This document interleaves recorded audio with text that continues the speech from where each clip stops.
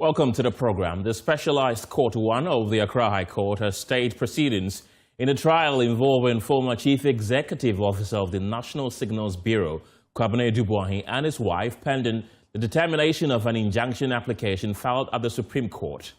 The application filed on August 14th by MP for Akufo-Addo Adu-Boahene is challenging a warrant issued by the Chief Justice for the continuation of selected criminal trials during the legal vacation.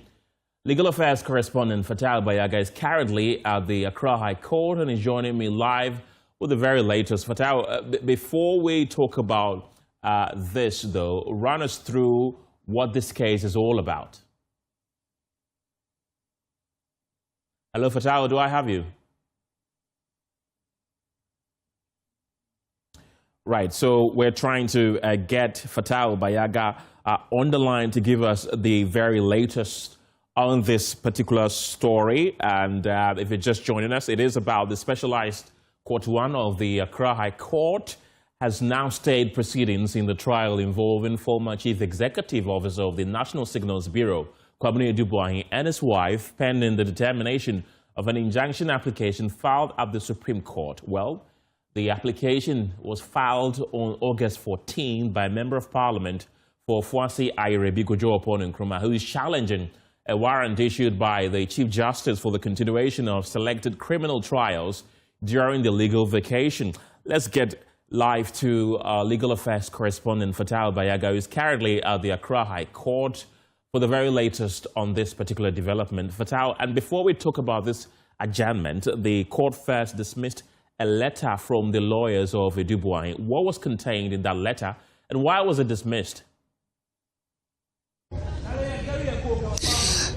So standing in Specialized Court 1, Peter Osei Asamoah, who was holding the brief of the lead counsel for Adu-Boahene, Samuel Atachia, said that he brought a letter, or they had filed a letter on the 14th of August, telling the court that their lead counsel was undertaking a lot of things, and in fact, he made it clear that ahead of the legal vacation, Samuel Atachia had personal arrangements, among other things, and that was the reason he wasn't in court today, and prayed for an adjournment to sometime in October so that they'll return to court for this particular case to proceed. So basically, he said that Samuel Atachia is engaged at the moment and he is unable to come to court to defend his client because of all of these activities that he is doing currently.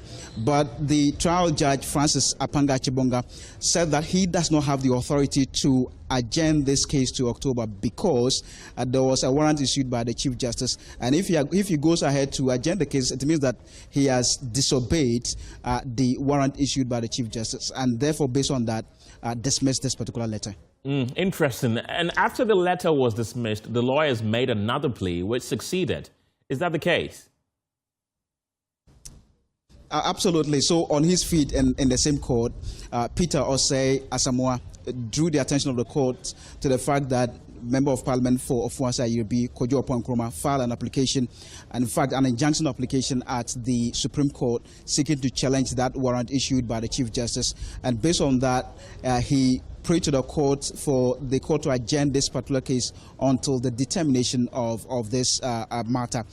So when he made that particular statement, Deputy Attorney General, who was there for the prosecution, was on his feet, and he opposed this plea, saying that the mere pendency of an application or an injunction application before the Supreme Court should not warrant or should not, compel the court to stay its hands on this particular case. He says that the judge should dismiss the plea and allow the case to continue.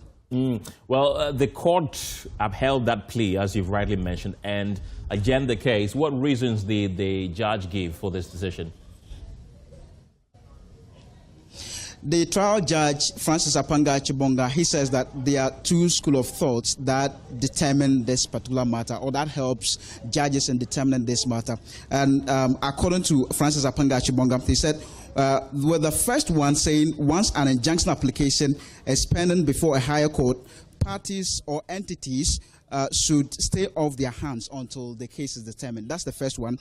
And then the second one says that And he says, the second one says, the mere pendency of an injunction application should not lead to halting of activities before the court. So he said, based on these two school of thought, he stands with the first one that says that stay the proceedings, hold the proceedings until the higher court determines this matter. And based on that, he upheld that plea made by Peter Osei Asamoah, saying that the court will stop or would, stop the proceedings at the moment until the Supreme Court on Thursday makes a decision on this matter. And Fatau, we also understand that Godfred Yeboah-Dame, former Attorney General, was at the Accra High Court for proceedings involving former Chief Executive Officer of the National Buffer Stock Company, Abdul-Hanan Wahab. What has he been telling you? Ken, so Godfred Yeboah-Dame was in court today in relation to an application which is currently before the Court of Appeal. In that application, they are challenging a decision taken by the Accra High Court to dismiss an earlier application filed or that was struck out by the court. In fact, Godfred Yeboah-Dame said that the charges that were filed against his client were fatally defective, and then he filed an application at the Accra High Court. That particular application was struck out, and that's the reason they are at the Court of Appeal. So they want the High Court to stay its hands on this case until the determination of this matter. So they were seeking the court to adjourn the case to a date after the 19th of October when the Court of Appeal will determine this matter. But the trial judge said he made a ruling this morning, and the ruling is that nothing would go on at the moment, no proceedings would proceed at the moment until the Supreme Court makes its decision on this matter. In fact, Godfred Yeboah-Dame argued with the trial judge in court today, seeking to push forward the fact that they wanted the court to make a decision on this particular stay of proceedings application. But the judge said, since there is an application before the Supreme Court challenging the warrant of the Chief Justice for them to sit during this legal vacation, it is, right for him to wait until a decision is made on that matter. And based on that, he adjourned the case to 25th of August when they are expected back in court. Godfred Yeboah-Dame stepped out of the court shortly after that, and he said that he is not really impressed with what is happening, particularly court sitting within this legal vacation. And in fact, he even made it clear in court that he is not going to come to court next week on the 25th of August. He said he won't show up, and none of his team members will show up in court, as stated clearly in their petition before the Chief Justice. And he was clear that he's not happy with this particular decision taken by the Chief Justice. We can take a listen to him. We came today was to satisfy the court on why motion for stay proceedings we have had long before all these controversies and issues came up should warrant the court halting proceedings pending the termination of that motion pending at the Court of Appeal. So, and the court indicated that, well, because of the ruling the judge had made earlier in the morning, he was going to first wait until the Supreme Court rules, and after the Supreme Court has ruled, then we come and satisfy him again on the point we are making, that in view of the pendency of the motion filed at the Court of Appeal, he should stay his hands. But you are insisting that you are not going to be available for... Yes, indeed, I'm not going to be available. As a matter of fact, I'm not going to be available, and it's in keeping with the position I've taken all along, that we did not attend trials in the vacation, except pursuant to agreement between the parties. Has never happened before. I've been Attorney General, and not even once was any accused person or any litigant, whether in civil or criminal proceedings, compelled to conduct a trial in the vacation or attend trial in the vacation. It has never happened before, so why should it happen now? What was the basis for the agency? There's no emergency about this matter. The only circumstances throughout my over 23 years of practice that warranted the court sitting were actually in election-related matters. The case Ransford France against the Attorney General and the Electoral Commission 2012, I conducted it together with the former Attorney General Joe Gatti and all. And at that time, yes, we're just 3 months to election, and the Supreme Court needed to determine whether the proposed regulations submitted to Parliament by the Electoral Commission were constitutional or not. And the court heard the application for interlocutory injunction in the vacation and adjourned the hearing of the substantive matter as far as I recall, to October. So really, these are matters, and of course I've had various other cases as well, and there has never been a compulsion on parties to attend trial. Nothing that it is these traditions, rules and conventions that we seek to protect. It cannot be that it can be one set of rules for one set of people, another set of rules for different set of people. The application we make regarding civil proceedings is one that is not new. Indeed, when I was at Tenjua, when matters like the storm season and all were argued, the court actually stayed its hands. Justice Chibafo of the Court of Appeal all the time stayed his hands whenever an application for civil proceedings was filed in the NCA matter. And so, what is new? I think that we bring unnecessary trouble and controversy to the nation through unwarranted matters. I mean, how can you just fix a trial in the vacation without the consent to the parties? Was it pursuant to the Attorney General's wish or pursuant to the Attorney General's letter? When I was at Attorney General and I wanted any matter to be dealt with expeditiously, the media heard about it. I wrote a formal petition to the Chief Justice. The contents were actually even published and all that. It was never an occasion on which a person was surreptitiously or as Attorney General, I would urge the Chief Justice to fix the matter for hearing the vacation. So the question I ask myself is, how come this matter has been fixed for hearing the vacation? Was it pursuant to the request of the Attorney General? And if it was not, was the Chief Justice himself exercising discretion without consulting the parties and forcing hearing dates on the parties? That clearly is wrong. If you don't show up next week, it means that your client may be compelled to defend himself. I have my doubt that will not happen, because next week what is for consideration is whether the civil proceedings we have filed at the Court of Appeal should hold the hands of the court. In any event, I'm saying that there cannot be a trial in the vacation. If the court indeed wants to order my client to conduct a case by himself, so be it. And we see the kind of dangerous precedent that will be set in this country.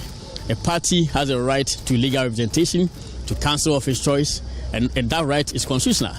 It cannot be taken away from a person just by the stroke of the pen of any person. So your comments here is that criminal matters shouldn't be heard during the legal vacation by every other trial can proceed. Not only criminal matters, but civil matters. And that's a long-standing tradition. I mean, point to one case in which a matter, whether civil or criminal, has been tried in the vacation without the agreement of the parties. It's never done. I mean, as Attorney General, I understand the state attorneys actually agreed with one counsel to hear a matter on the 1st and 2nd of August. Only 2 days in the vacation. And after the matter was adjourned to October. Was never throughout the vacation as we see here. So the question I ask myself, what has changed? Are there any set of rules being made? If you want to scrap legal vacation, then scrap it all for everybody. You cannot discriminatorily select about 3 or 4 cases and say you're going to subject them to trial in the vacation. And indeed, all the cases, people made the point that Justice Achibonga has a general warrant. But that is deceptive, because that general warrant is actually for him to sit in the court, and that court deals with only these cases, only these 3 or 4 cases. Beyond that, Justice Achibonga does not conduct any trial in any matter. So the trial, the warrant, with all respect, is limited to the conduct of these matters. And that we contend, with all respect, a discriminatory. It must be, I think that must be deplored. You had the former Attorney General Godfred Adu-Boahene. Away from that, residents and business owners in the Dome Kwabienya Brekusu enclave are demanding urgent road repairs, accusing the government of sidelining the area in major road development projects for more than 2 decades. Clad in red and holding placards, the protesters say the poor roads are hurting businesses, disrupting movement, and putting lives at risk. They're demanding immediate action from the government. Listen to some of them express their frustration to my colleague Stephen Mensah.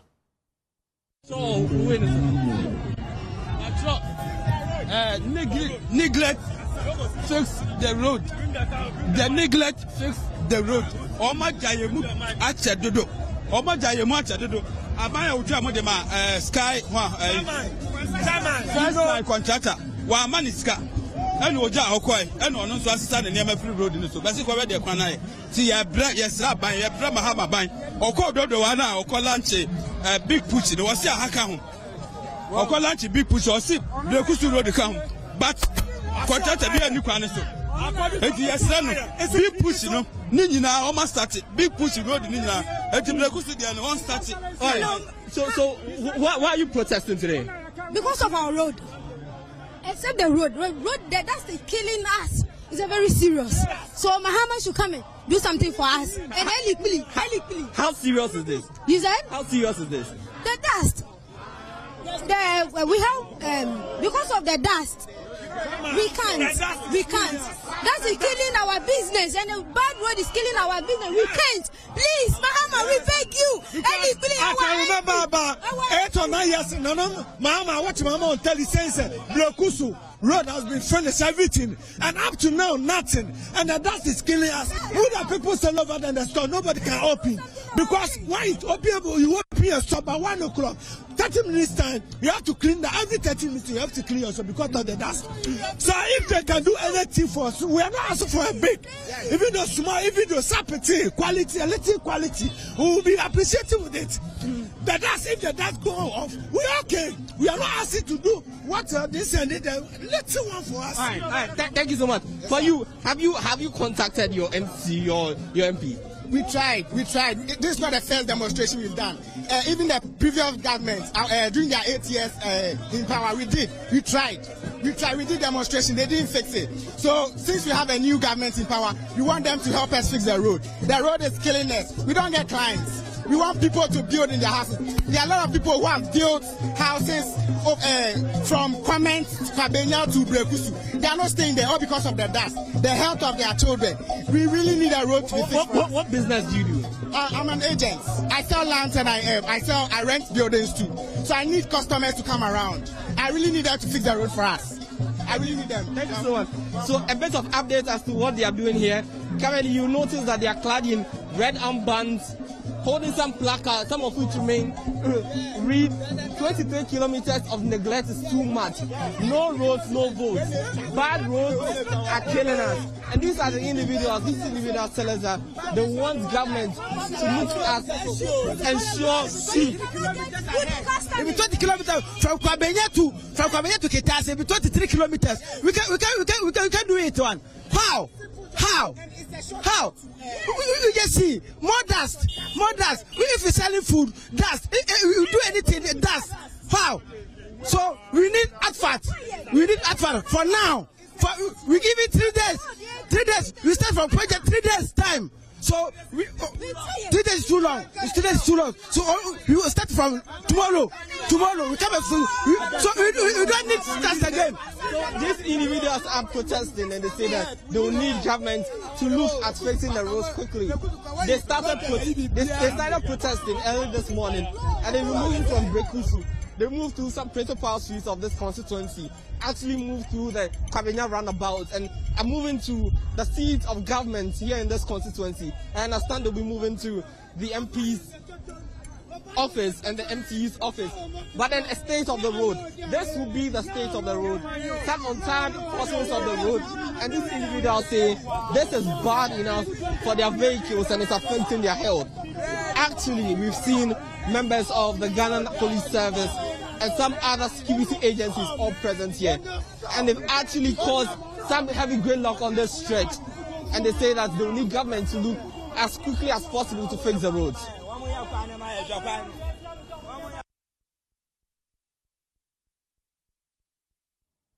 That there was my colleague Stephen Mensah, who was on the demonstration grounds. He's joining me in the studio right now for more on this. Stephen, help us understand the scope of road that they are demonstrating about. So, Kenneth, they tell us it's 23 kilometers, and this is from Kitase to Brekusu. But then from Brekusu downwards, it moves from Brekusu downwards to Kwabenya, the runabout, and leads to Achimota. And Achimota, you know, is getting close to the Central Business District. And these individuals say this is very bad enough for them. You'd understand that from Kitase to Brekusu, this will be leading to some important places. The presidential villa is close by. We also know of some institutions, some educational institutions. The Ashesi University is also close by. So this road will be very critical because it also serves as a bypass for most of the Eastern Corridor Road. If you will not be using the Ibri stretch, you'll be using this road. The individuals or the residents tell us that many individuals have failed or have decided not to use the stretch again because of the poor state. If you'll be using the stretch, it's much more simpler and faster to use that stretch moving through to Ashesi University, through maybe Pediatric Valley Resort or any other part of the Eastern Corridor. So the individuals tell us that this is disturbing enough.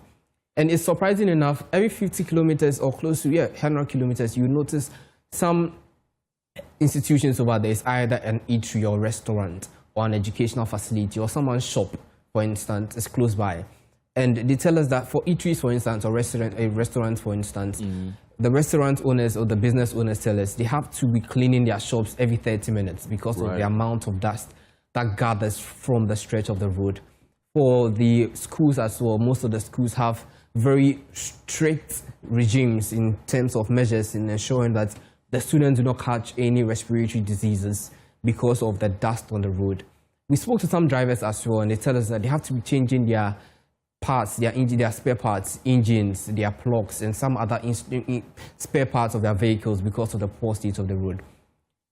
I was observing, and from what we observed from the stretch, from the Kwabena stretch, all through to, I think, Zen TV station, that's part of the stretch is a bit tarred. But aside from that stretch, all through to the Brekusu stretch where we met the group that was demonstrating, all that part is not tarred and it has a lot of dust on it. And it's not just that bad. You have potholes filled or riddled with this bad road. So imagine you using a road that's not tarred, has a lot of dust on it, and it's also riddled with a lot of potholes on it also. In fact, some of the residents we spoke to tell us that it's that bad such that someone had to give birth in a vehicle because of how bad the road was. So just imagine giving birth in a vehicle because of the poor state of the road. So it all comes together to tell us, paints a picture of how bad the road is. We also spoke to some of the leaders of the group, and they say they are giving government up to the end of the year to show some commitment in addressing or fixing the road. And they want the road fixed by the end of the year. And they've been accusing government, in fact, of they tell us that government indicated in the first tranche of the first program outline for the big push that it will be including the Brekusu road in it. But then as of now, they've not seen any commitment. They've seen that the contractor has left the site and they're looking and trying to find where the contractor is currently, because you notice that there was drainage that had been set up at some parts of the road, some sections of the road had drainage on. But then as of now, when we got on the scene or the site, there was no contractor on site, and they say the contractor has been gone for some years or for some time now. So they want that fixed by the end of the year. So these are things the residents were telling us. They want the roads fixed as soon as possible. And we tried to gather some information from some of the hospitals as to what's the case count to be like for individuals who come there with respiratory tract infections or diseases or any other condition from the poor state of the road. We're not able to get that, but then from what we gather from the residents, they tell us that they have to pick up nose masks. So nose masks is in high demand over there because of the state of the road. And interestingly, one other thing also we got from some of the individuals who live there will be, if, let's say I'm to live in that area, I would leave home on Monday and come back on Friday because the state of the road is that bad and I'll not be getting any connecting vehicle to where I'm living. So if I'm to live here today, I need to leave Joy FM and I supposedly live in Brekusu, I would stay in Accra or in this part of town until Friday before I'll move back to my residence on Saturday or Friday evening. That's worrying, I should say. Let's talk about the petition, because they said that they were going to petition the relevant authorities. Were they able to deliver the petition? Unfortunately, we weren't able to notice or cite any time during the protest when they presented a petition to any government official. But however, we noticed that they read the petition at one of the markets that's in the constituency. They read the petition and actually gave government the timelines during that reading of the petition. And we spoke to the leaders of the group who indicated that they'll be looking to push forward for the demands that were highlighted in the petition to be addressed by government. So we're keeping a close eye on what government will say on this and what the move by the leaders of this group will be. Right. Stephen Mensah, thank you very much. Let's go into the phone lines right now and speak to Nana Osai Sechi II. He's the Chidomhene and Asabehene of Brekusu Ekuapem. He is also one of the leaders of this morning's protest. Also joining the conversation this afternoon is engineer Nicholas Asari Tieku. He is the project manager at First Sky Construction in charge of the Kwabenya Brekusu Kitasi stretch. He joins on Zoom right now. Gentlemen, thank you very much for your time. Let me begin with the Adu-Boahene. Welcome to the program, Nana. Why did you decide that a demonstration was necessary at this point? Thank you very much for this opportunity. Yes, in the first place, if I remember, for the past 1.5 years, we from Dome, Kwabenya, Kitasi, Brekusu, and all the surrounding towns, we noticed that the contractor is not on the road. So we decided that we want to meet the minister, the MP, to find the way forward.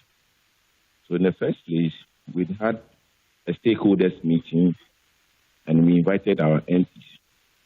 I think it was Laurentian who made up. Dome Kwabenya MP was not able to come. Later on, we follow up by going to Highways Authority. We spoke to the CEO and his deputy, Mr. Okoto. They promised us that the contractor is coming back on the road. Later, do we know that they have not signed any contract with the contractor? And the most important thing that we decided to do this demonstration is when we heard the minister in Parliament, the road and highways minister in Parliament, saying that the contractor is on the road. And we don't know which of the road is, either Brekusu or different Brekusu or different Dome or different Kwabenya. But currently, there's no contractor on the road. And for me, when you look at the work first guy did, I don't think it would be appropriate for the country to sit that this work should go waste, because it's the taxpayers' money that we use in doing this type of work. So all that we are saying is, Mr. President, we know that you are a listening government, and when your people cry unto you, you listen. I remember when he was the vice president, then he came to Ashasi when he said he will ensure that the Brekusu Dome Kitasi road is being fixed. Later, when he became the president, the first-time president, he said the same thing, that he will make sure the road is being fixed. Nana-Addo started the road. It was a 2-year contract. So at a point, the contractor left the road. We thank God when we saw Mr. President putting in the big push that they have captured Dome Brekusu Kitasi. Almost everybody was excited. What happened next? The contractor is still nowhere to be found. So if the minister should go back to Parliament and say the contractor is on the road, the person who ever gave the information to the minister has deceived the minister. We are saying on authority that there's no contractor on the road. There is no contract that has been signed with the first guy as current now. That's why we have to hit the road to tell Mr. President that your people are dying slowly. Well, you say the then President Akufo-Addo awarded the contract for 2 years, and at a point it stalled. When was this? When did it stall? So after the contract was awarded, it was 2 years contract for first guy to complete the road. During the last part of election, it was a rumor that the contractor is going to the Chippy Pathway. So we tried to monitor the contractor. And he be moving the machine slowly. When he asked, I'll be coming back, I'll be coming back. No, he was just leaving. Later, the contractor, when we had the town hall meeting with the contractor promised to come back. When he didn't come back, we have to go back to the highways to go and find out from highways. They called the contractor into the meeting. So later, the contractor has to tell us the truth, that the contract has not been signed. The first contract that the DDP affected has been cancelled. Currently, there's no contract with the contractor. So if he said the contractor should go back to the road, where is the contract? There should be signed a contract. There's no signed contract now. Right. From them. Okay. Nana, don't go yet. Let me also acknowledge the presence of Edmond Agbo. He is the Municipal Chief Executive for the Ga East Municipal Assembly. Edmond, welcome to the program. But I would like to go to Nicholas at this point. He's an engineer, also on the line with us. Nicholas, welcome to the program. He's a project manager at First Sky Construction in charge of the Kwabianya-Brekusu-Kitase stretch. Welcome to the program, Nicholas. There have been several complaints and concerns being raised by residents of the area that the project has stalled for many years. What do you know about this project? Okay, so somewhere in July 2022, that was when a contract was initially awarded. And then it was supposed to span for a duration of 2 years, like the chief said. And so the expected completion date was to be in August 2024.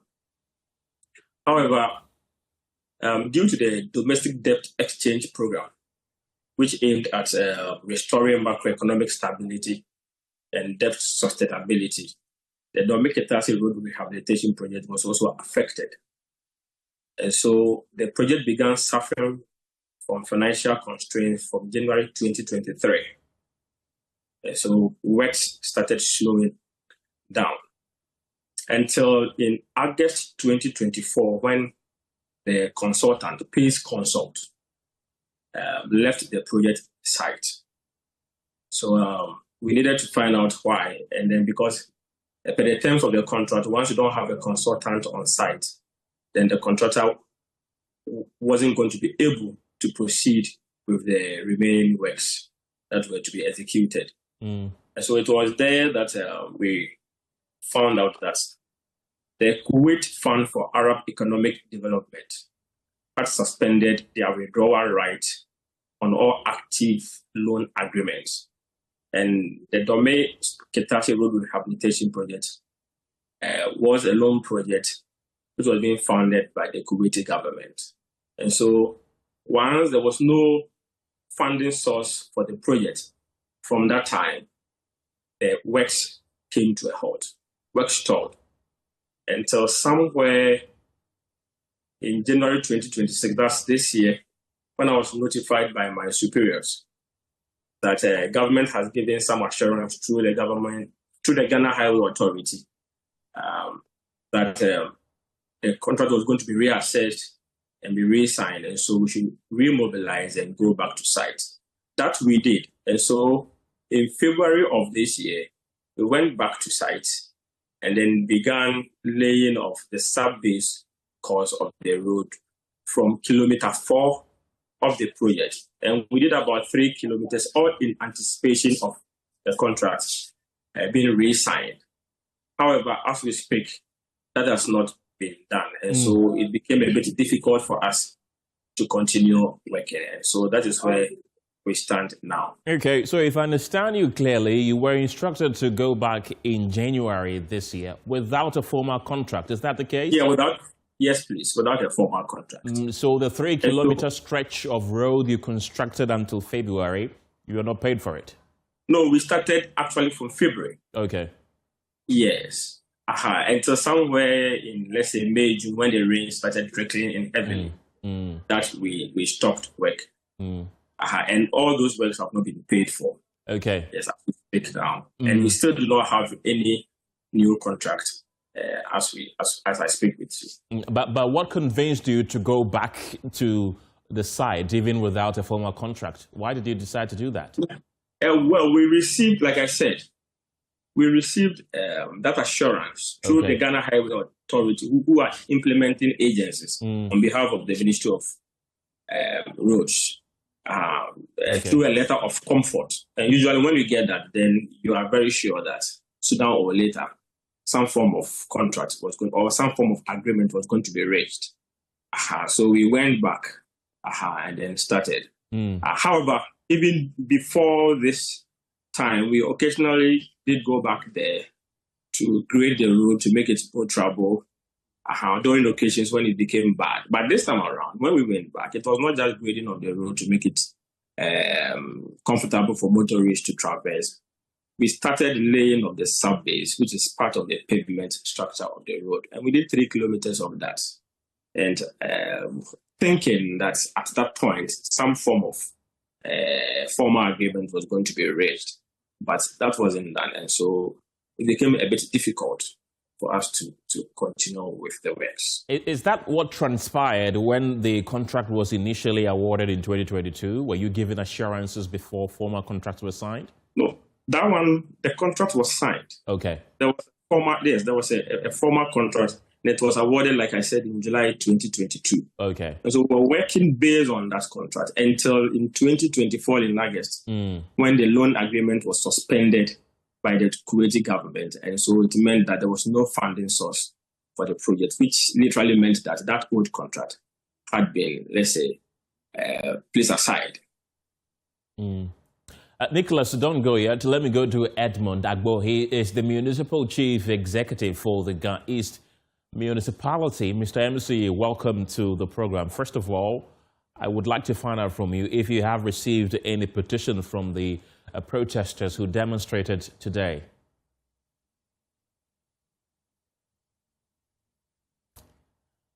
Right, we're still working the phone lines to get Edmund Agbo there. He is the Municipal Chief Executive of the Ga East Municipal Assembly on the line to really understand if he has received any petition to the effects of the demonstration that happened earlier today.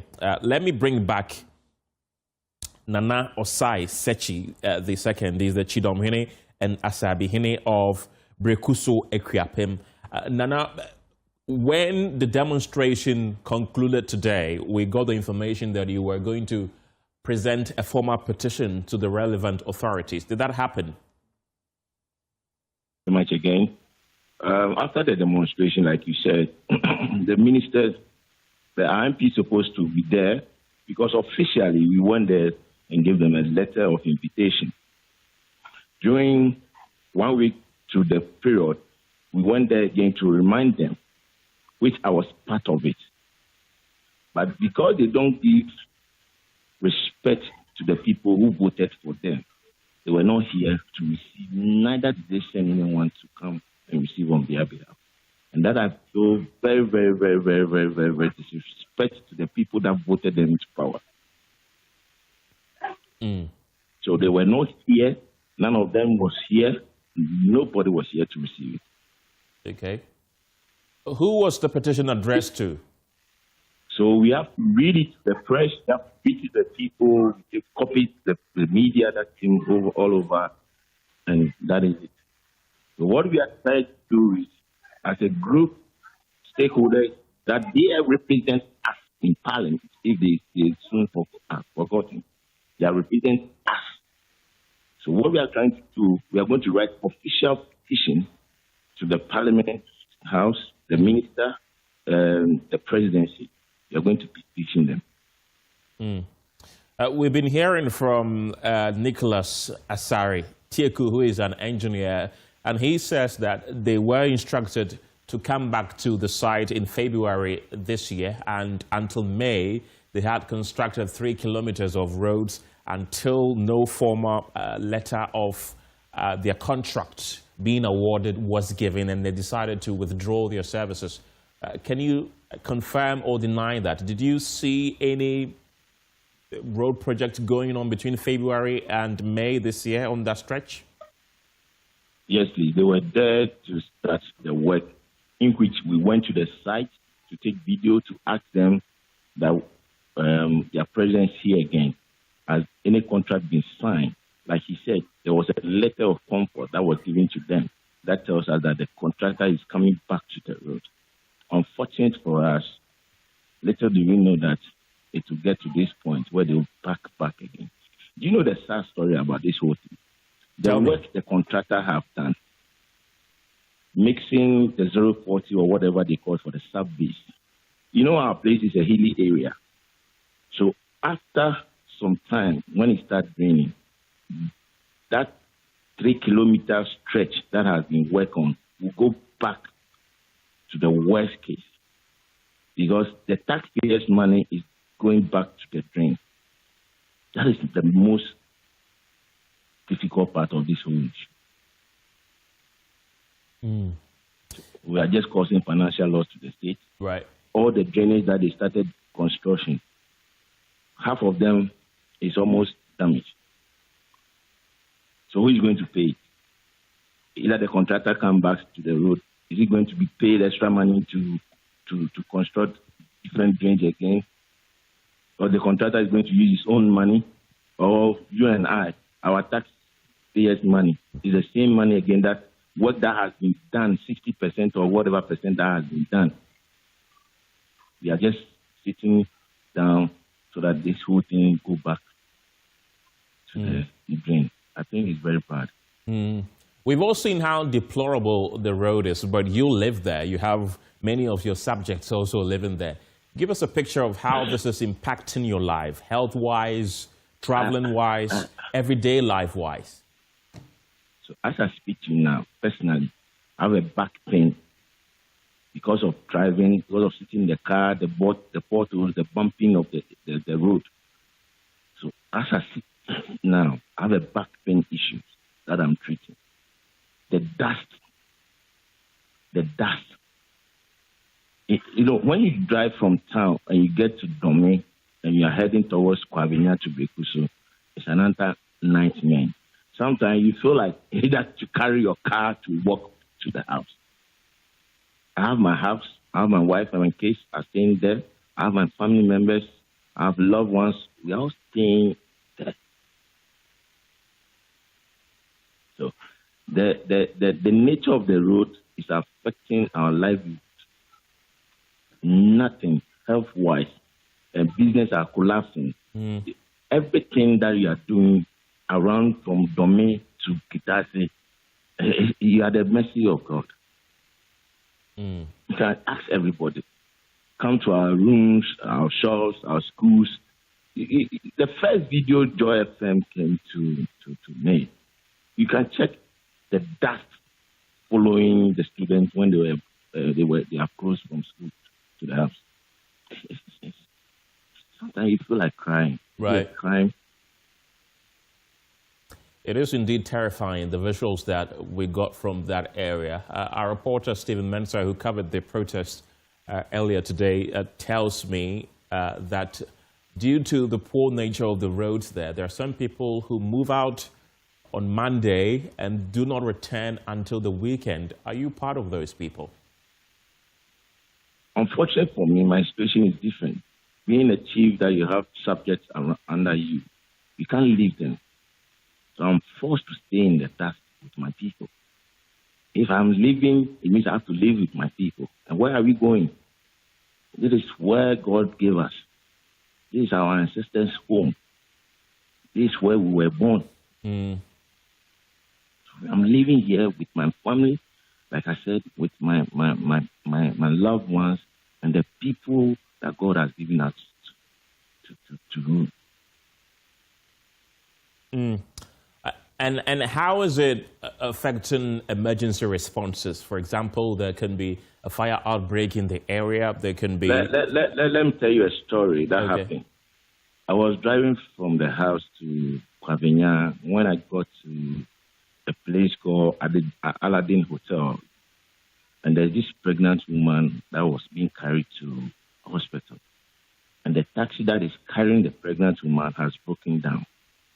So I'm forced to stop and carry the pregnant woman into my car to drive her to the hospital. So assuming I didn't get there on time, what happened to this pregnant woman? Look, what we are saying is more thing, the danger in it. You have no idea. You can't drive in the night. You can't drive daytime. You can't do anything. When you are driving, it's like you are traveling from here to Tamale. You have to slow down your shocks, your tires, your car parts, everything. I know a lot of friends who have properties in Comet that they are not staying there. I know friends who are outside the country who are staying, who have houses in Kwabena, Comet. Some have even Brekusu, Ejimenti. They are not all staying there. Sometimes they come there weekend, like you are saying. Not because they don't like their houses or they don't want to stay there. Due to the bad nature of the road. If you like, go and buy tipper, it will break down. If you like, go and buy articulator, you can't even drive. You will never enjoy driving, trust me. That's quite worrisome, Nana. But don't go yet. Let me bring in Nicholas Asare Teku. He's an engineer there. So, Nicholas, the sector minister went to Parliament and instructed the contractors to return to site and complete what they started. Was it not your outfit that he was referring to? Well, like I said, we received our instruction in January. And then we went back to site in February in anticipation of the contract being signed. Like, you know, at this stage of the work, with the pavement layout works, it is capital intensive. So when you don't have a contract by which you can raise IPCs at certain points to be paid to then reimburse the money or like to put the money back into the works, then it becomes a bit difficult. So in my opinion, or from our standpoint at First Sky, we are waiting for a formal contract to be signed and then we can proceed with works. The minister instructed in January and we did go back and we've done about 3 kilometers like Dana was saying. However, unfortunately, the paperwork which we're expecting to be completed so we can proceed without any intermittent breaks hasn't materialized yet, and that is where we stand now.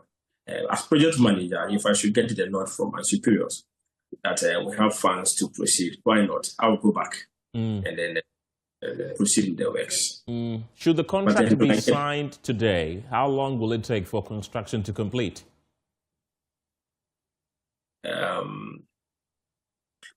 Well, we have done, if the contract is signed today, originally the overall progress currently stands at 35.85%. And within the rural section, for ease of construction, we divided the project into 2 sections. That is the urban section and then the rural section. The urban section starting from the Atomic Dam roundabout at Dome up to the A-line junction, which is about 4.4 kilometers. We didn't start work there due to the heavily congested nature of the area and then a lot of relocation works that needed to be done, compensation needed to be paid. All that have not been done. So we started from kilometer 4. And as I speak with you now, between kilometer 4 and kilometer 19, which is the rural section, we've done about 56.58% of the works. And so should the contract be signed now, I believe within a year and a half, when how do you call it? When everything is okay, we should be able to finish within a year and a half. Once GHA through the Ministry of Roads and Highways are able to also pay project affected persons who are impeding access. And so we have not been able to also get the entire alignment through. I mean, when all that's done, within a year and a half, I believe we should be able to finish if the contract is signed. When last did you hear from the minister? Please come again. When last did you hear from the Roads and Highways minister? Usually, I don't hear from him directly. I usually hear from him through my CEO and then the contract and compliance manager. As it stands now, officially, I have not heard from him. And what does your CEO and compliance manager tell you? Yes, they are all telling me the same thing, that contract has not been signed yet. And so, as it stands, it's going to be difficult for us to proceed in the works. Have they told you when last they heard from the minister? No, nobody has said. Have they told you the reason why the contract has failed to be signed? That one too, I have no idea. Okay. Nicholas Asare Teku is an engineer. Thank you very much for your time this afternoon. And earlier, we heard from the Chidomhene of the area as well. Nana Osai Sechi II is the Chidomhene and Asabehene of Brekuso Ekwiapem. Nana, thank you for your time as well. We tried to reach the Ghana Highways Authority, but we have largely been unsuccessful, and we lost the MCE for Ga East, who joined the line, Edmund Agbo, and we have been trying to reach him again and have largely been unsuccessful as well. I said, when we do get back to him, we'll definitely get interactive with him. The pause returns after this break. Coach extraordinaire like myself, who needs Pep Guardiola? Someone who's on retirement, who needs a Mourinho? Volta, do we need any of those people? Thank you. So you have me. We believe we have the man, like MVP will say. We have the man. We're going to conquer. We have the man. They should watch out for us. Our team, we are well prepared. We are more ready, and we want to come and conquer the event. Bring the trophy back home to Best Education Services. We are coming with fire. See, our football team is not here at the moment. They are currently in France. We are leaving now to Bernabeu. Jose Mourinho wants to train with us for 5 days. He wants us to train with Mbappe's and the Vinicius Juniors and the Bellinghams. They are training with who? Zidane. We didn't come to play at all. We are fully prepared. Our tactics are intact, backed by facts and data. In fact, military, police, we want you. A combination of Mikel Arteta's strategy, combination of Pep Guardiola, every strategy that matters, but we will not disclose it yet. The thing is, you know Djokovic? Yes. He's the one training our men.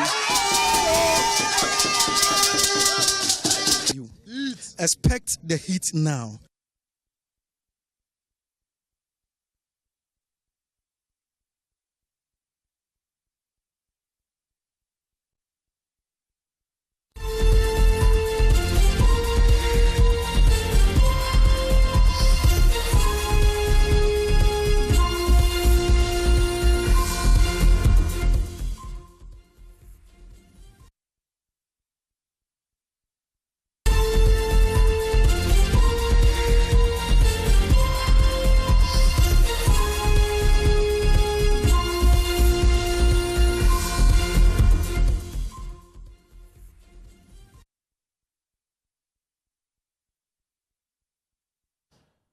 You're welcome back. We'll take you to Jegbetato very soon, but in the meantime, a new traffic regime is giving motorists an unprecedented weapon during roadside encounters with the police. That is the right to record officers on their mobile phones and the use of their footage as evidence in court. Director of the West Accra Regional Center of CARTS International, Apia Kusi Adumakon, speaking on the law on Joy News, said the provision under the Road Traffic Regulations LI 2519 is designed to boost accountability and ensure there is an independent record of interactions between motorists and police officers. The law is even saying that when a police officer stops you, you can use your phone to record the interaction, and that can be admitted in court as an evidence. So if police officer stops you and you are recording the interaction with your phone and the police officer say no, tell the police officer that please, this is the law. And if he does anything, you continue. All those things are part of the evidence in case you have a good case against them. Elsewhere, they are supposed to have the body cams that would have taken all this evidence. Yes. I mean, we'll get there, but not, Rome was not built in a day. But I mean, now you've seen that the new IGP, we've seen a lot of progress in Ghana police service. So once your car, you cross the road and then the camera takes your car number, it takes your car number, there's a database, so they're able to know who owned the car. The car owner gets. That is also why regular update with DVLA is very, very important. We will come there. Once, then you get an SMS alert saying that on this day you were driving on the boundary road around this time, and on this junction you overspeed, and then you cross traffic, run on a red traffic light. Okay. Then they will give a link for you to also watch the video. Fili. Now, and one thing that the police has to do is that people may also start to be sending those dummy SMS, and then when you click it, they may lead to phishing of your data. And so the police has to come with a very secured platform, and the public must also know the type of message that is coming from the police.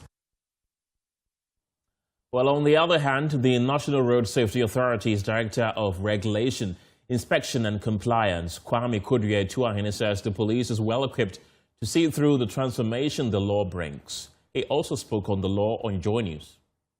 I am aware that the police have set up a very rigorous IT platform, and it will be important. I'll use the opportunity to invite the police to get some senior members of the media to take them on a tour to try to look at what they have done. I've been there a couple of times, and I believe that it's solid and ready to run or lead the transformation that we so much desire. Cameras, either manned, deployed on stationary, on mobile vehicles, deployed on strategic routes, and as and when you are picked up by the camera, as my friend says, automatically you get a link, and the link will lead you to the evidence. If you challenge it, there's an opportunity to challenge the infraction in court, or you proceed to pay. Once you fail to do so, your your penalty begin to increase. For those of us on this side, I think what it does for us is that the calls we receive to intercede on behalf of offending will be minimized a great deal. Right. So sometimes it's comforting that when you advocate for the right thing to be done, on the other hand, you have folks coming to you to intercede because they have done the wrong thing. And you are caught up in the middle of the blue sea. But with this intervention, it is our expectation that, that will be dealt with. The unfortunate members of the police that also take to negotiating some of these infractions by the roadside would also be managed a great deal. Right. I would think that if we are able to support the police to implement the automation project, there's every likelihood that crashes will begin to see a downturn, provided we deploy them on the strategic networks. Let's now head to Jegbetato in the South Ton district of the Volta region, where a medical emergency can quickly become a race against time. Well, the only CHIPS facility operates out of a benevolent residence dining hall, while a 13-room health center started by the community in 2019 remains unfinished.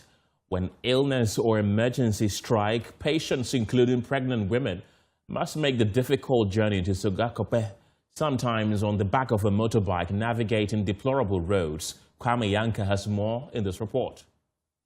Betato in the South Ton district of the Volta region started this 13-room health facility in 2019, mobilizing its own resources and securing support from organizations. But funding constraints have stalled the project, leaving residents dependent on a single-room CHIPS compound operating from a community member's dining hall, with emergencies still requiring journeys to Sogakope over difficult roads.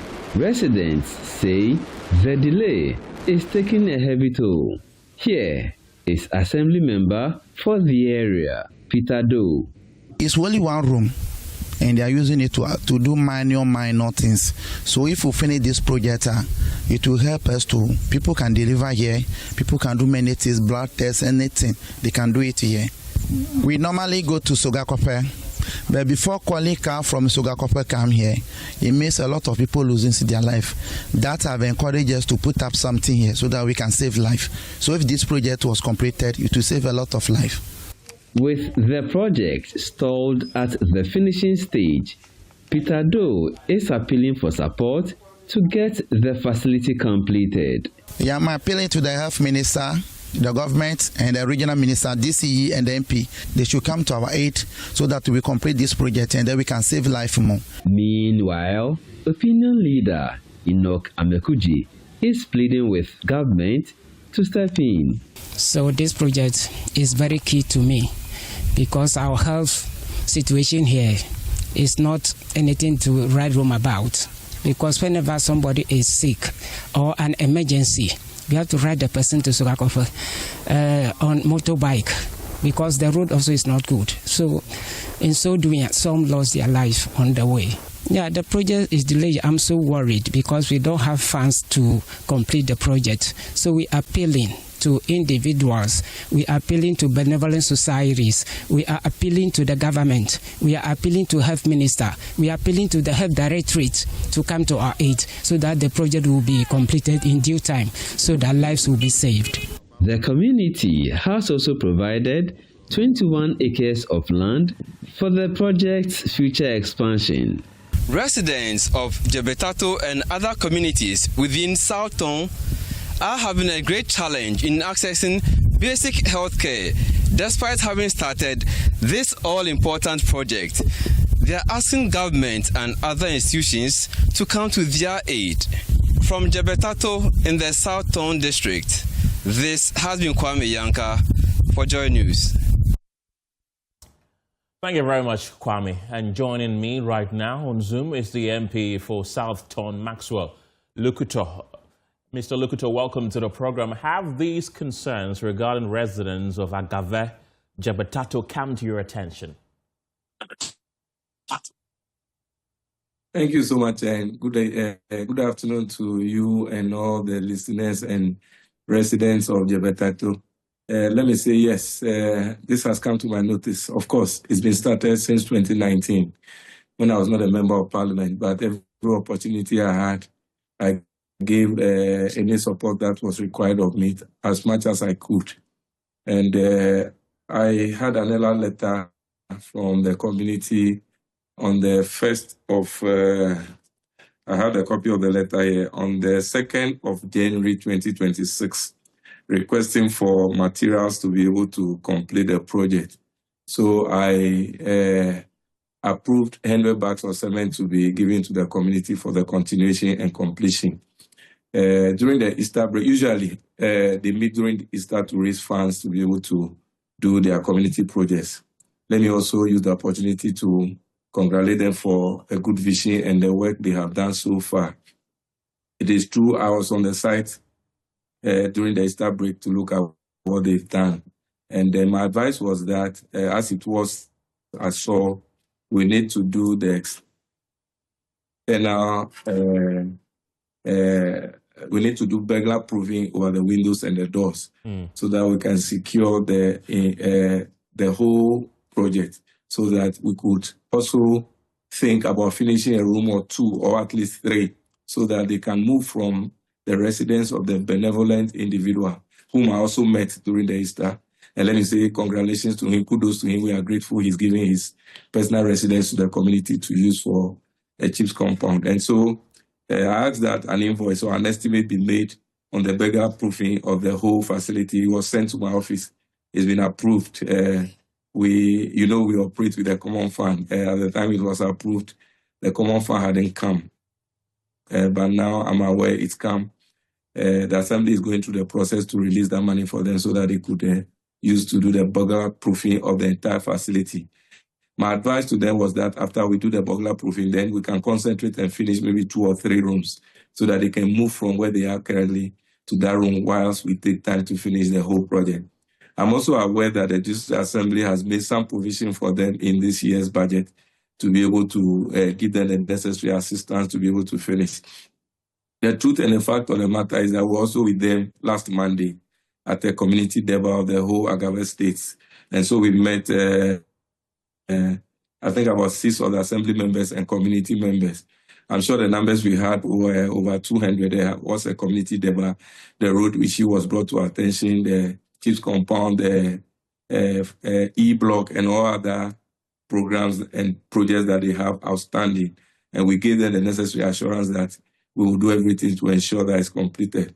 Let me also add that the one chips compound is another one also from the same area, which is needing our attention. The Ajake, there's a health center already there at Ajake, which most of them use, but some prefer to come to Sogakove. There's also another chips compound at Agbeve. So within the area, yes, there are some facilities around there, but because they are closer to Sogakove, they may prefer to come to Sogakove. So we are aware of their challenge, and we are just putting ourselves together to be able to support. Because it is a community-initiated project, it is not easy for just any entity, especially the district assembly, to absorb it and complete wholeheartedly.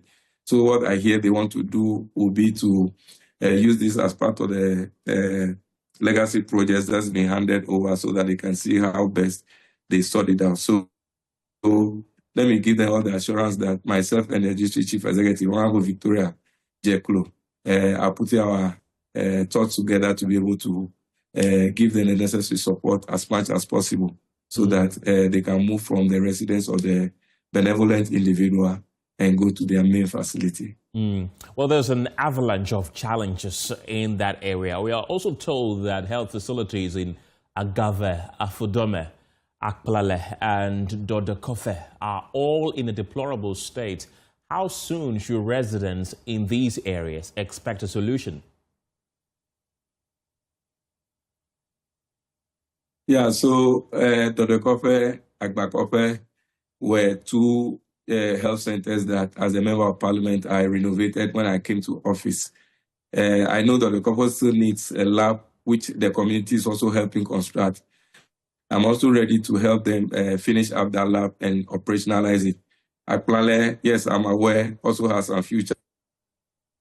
The fact of the matter is that even Kolebu has challenge. Kolebu being the highest health facility that any Ghanaian would want to visit also has challenges. So all the facilities I'm aware have challenges. And because of the plethora of them, we cannot promise that in a year or two we'll be able to finish all of them to the state that people wish to see them at.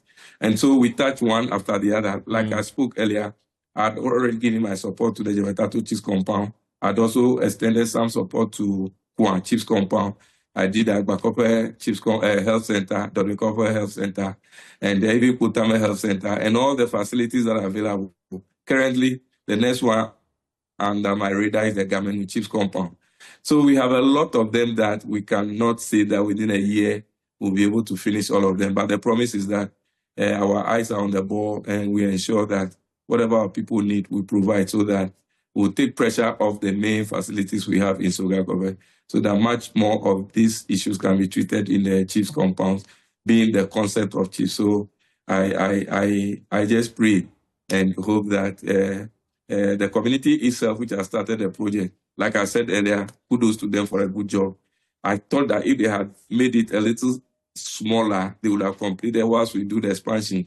Be as it may, it was based on the advice from the Health Directorate of the District Assembly. And it is good the way it is, but like I advised, we'll soon finish up with the burglar proving and then finish up with some 2 or 3 rooms so that they can start from there, whilst we'll take time to finish the rest. Well, there are a number of issues, though, because, for example, the river crossing at Jetokwe to the E block also remains a major challenge. We've seen students risking their lives to cross, and residents are now calling for the construction of a bridge at Jetokwe to open up the area. What do you make of this demand from your residents? It's one of the key things that I had always said I'll lobby the roads minister to be able to construct a bridge over the Jetokwe stream or creek or lagoon, so that once the E block is finished, we can have students from the Ango to Enclave also crossing over to the E block. So the major challenges now will be to fix the road. So if we fix the road, traveling time between Jebetato and even Tefle, Sukwe or Sogakove will be reduced. Hitherto, you will take over an hour from Agava Fadume to get to Tefle Koji. But we have done a lot of interventions on the road by regraveling most of the stretches that are not so good. Now it takes less than 20 minutes to be able to get to the main road. So that's a great improvement. The last time we were with them, I informed them that the contractor working on the E block that is the Fiat. It's going through the process of re-award of the contract because the variations between when that contract was started, it was over 10 years ago. And so a lot of things have changed. So variations are being prepared and a new contract is going to be done so that the contractor will return to site, finish the E-block. Once the road is fixed, then we can also think about the bridge across the river at Jebetato and Adu-Boahene. So once that is done, then we can link it also up. So like you said, there are a lot of challenges. In my constituency, yes. In other constituency, yes. In the whole country, yes. There are so many challenges that confront us on a daily basis that we only have to prioritize those that has to be done first. And that is exactly what we are doing. And so one after the other. I'm also aware that recently the floods that came has cut away Agometaje also from Jebetato. And we're also working towards getting a canoe for them to use to cross in the meantime, instead of going around through Jebenu to come to Jebetato. And so there are a myriad of challenges that confront us on a daily basis. Their school premises need some classroom. We are working on that. Teachers, we are working. So all of these troubles, problems are there that we need to find solutions to one after the other. I cannot make a promise and say that before the end of this year, we'll fix all these challenges. No. Those that we can do, we'll be able to do. And so the most important is that we are very much aware of the challenges and we are doing our best to ensure that we resolve them one after the other. And is the bridge part of the contract? No. So we have the road, and the road contract is actually starting from, the road is starting from Oji Junction all the way to Agbeve, Amutinu, and Chatukope. And then there's another stretch that goes to Aveguime and ends at the bank of the Angor Creek. And from there, you can also cross to Adan East. And the bridge we are talking about is actually at Jebetato crossing through to Adu-Boahene. And so there are three different things altogether. The E-block is different, the road is different, the bridge is different, and all other issues that confront us come in their own rights. Right. And finally, before you go, though, I'm sure you know of the National Science and Masquerade, don't you? Sure, yes. As the former global president of Sogasco Students Association, on several occasions I had to support, and I'm aware that they have done so well this time around again. And together with Dabala Secondary Technical, they are going for the National Science and Maths Quiz tomorrow. Letters were brought to me, so I've also approved some money to be given to Dabala Secondary Technical so that they could go and make Southtown very proud. Right. So, I mean, it didn't go well, obviously, for your school. What are the plans to, equip them better to come back next time? Which of my schools? Sogascan. Which of my schools? Sogasco. Oh, Sogasco. You know, Kaloni is there in your studio. He's a proud Sogascan. Oh, is he? I see. Sogasco has long. Yes, Kaloni is a proud Sogascan, and we have long qualified. Dastec is there joining us to go and compete, and so Sogasco has never had problem of qualification to the National Science and Maths. We went as far as I think to the quarterfinals once. So Sogasco is well placed when it comes to the National Science and Maths Quiz. And it's one of the things that we are hoping for to win as the days go by. I wish you all the best, Maxwell. Thank you so much, my brother. I wish you two all the best. Right. That's the MP for Southtown, Maxwell Lukuto there. Let's come back to Accra because the Ghana National Fire Service has admitted there is a huge gap in the provision of adequate protective equipment for firefighters as concerns grow over the levels of smoke personnel are exposed to while responding to emergencies. For years, these men and women have run toward fire, often working in thick smoke and difficult conditions. Some firefighters say the health consequences of that exposure are now becoming a growing concern. In our latest feature, Michael Ashali reports on the smoke firefighters carry long after the fire is out.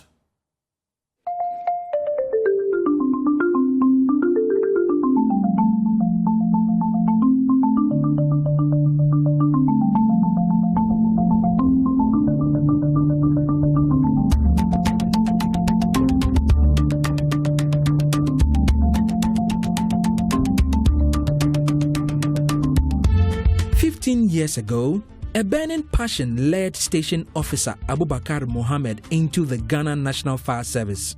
Over those years, he has run into smoke and raging flames so that lives and property could be saved. Today, as he reflects on that sacrifice, one troubling question lingers. Will he retire with a silent disease in his lungs? Sometimes you sit down and you're asking yourself questions. How are you going to end? Will you retire? Will you retire healthy? Or you retire sick? Some retire and they get sick. Some get sick before they retire. So it's something that is given us, that is a serious nightmare to all or any firefighter.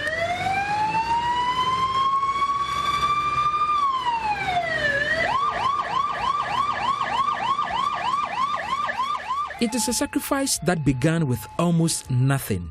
The service has long struggled with poor logistics and a shortage of protective equipment.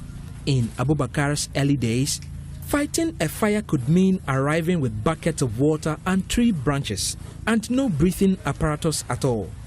I was posted to a station, Damango fire station by then.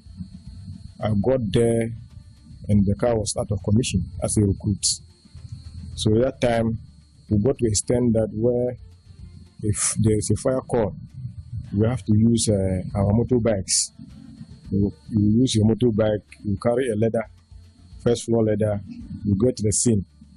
Then with buckets and water, with the assistance of the community, then you do what you can. That was how I started. It has not been easy. His worry is not abstract. It is rooted in a recent hospital visit. During a routine checkup, a doctor bluntly advised him to stop smoking.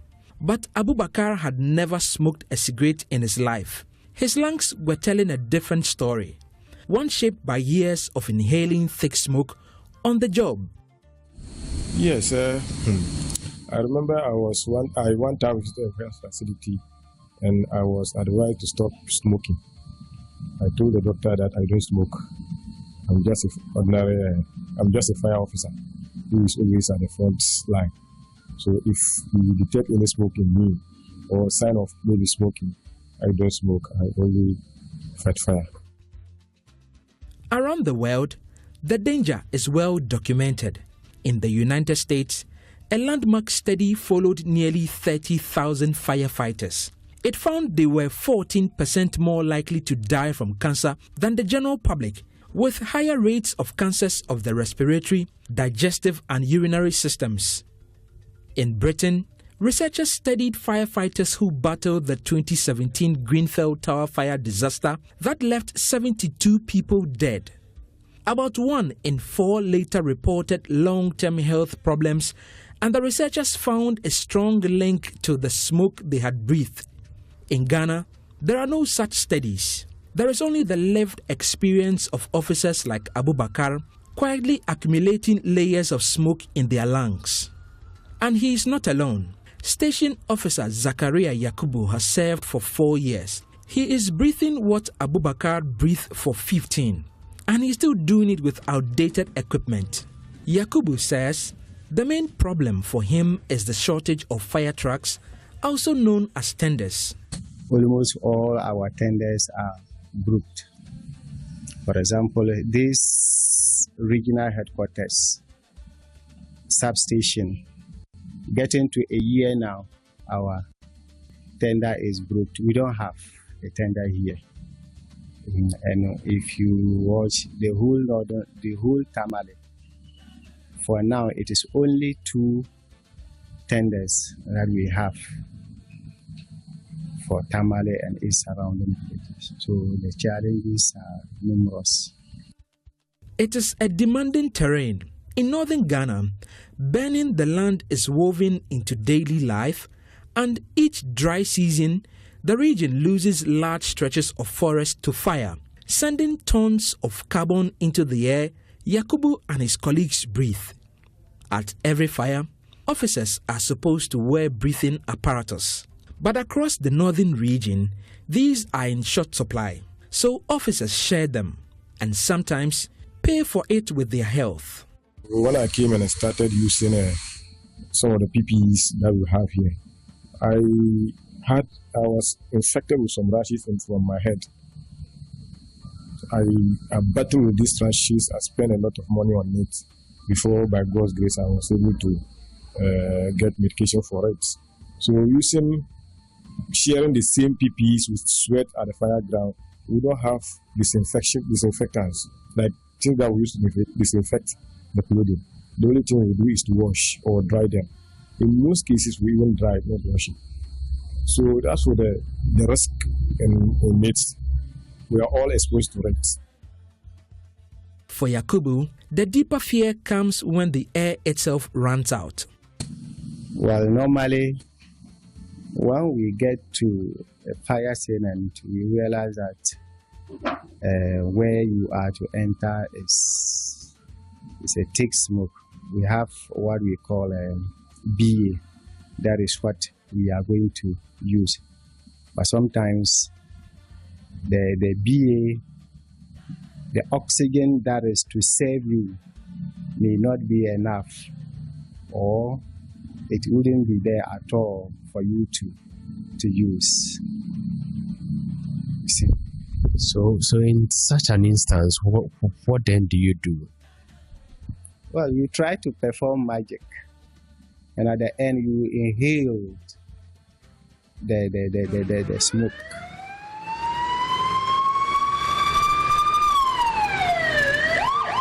And despite breathing that smoke in the line of duty, he says there is no health insurance he can easily turn to. But there's nothing like that. Back to Abubakar. Even with a doctor raising the alarm about his lungs, he says he cannot afford the cost of a full checkup. So he protects himself the only way he can. Well, I treated it I treated it in my own way, because I only adhered to the advice the doctor gave me when I told him I am a firefighter and I don't smoke. He told me to always try to protect myself at the fire scene. So that is what I did. In fact, I have to go online and search for some of these face masks that has these filters on them. So that was what I was using as an improvise. By that time, we were not having enough breathing apparatus, and then we were refilling them was a problem.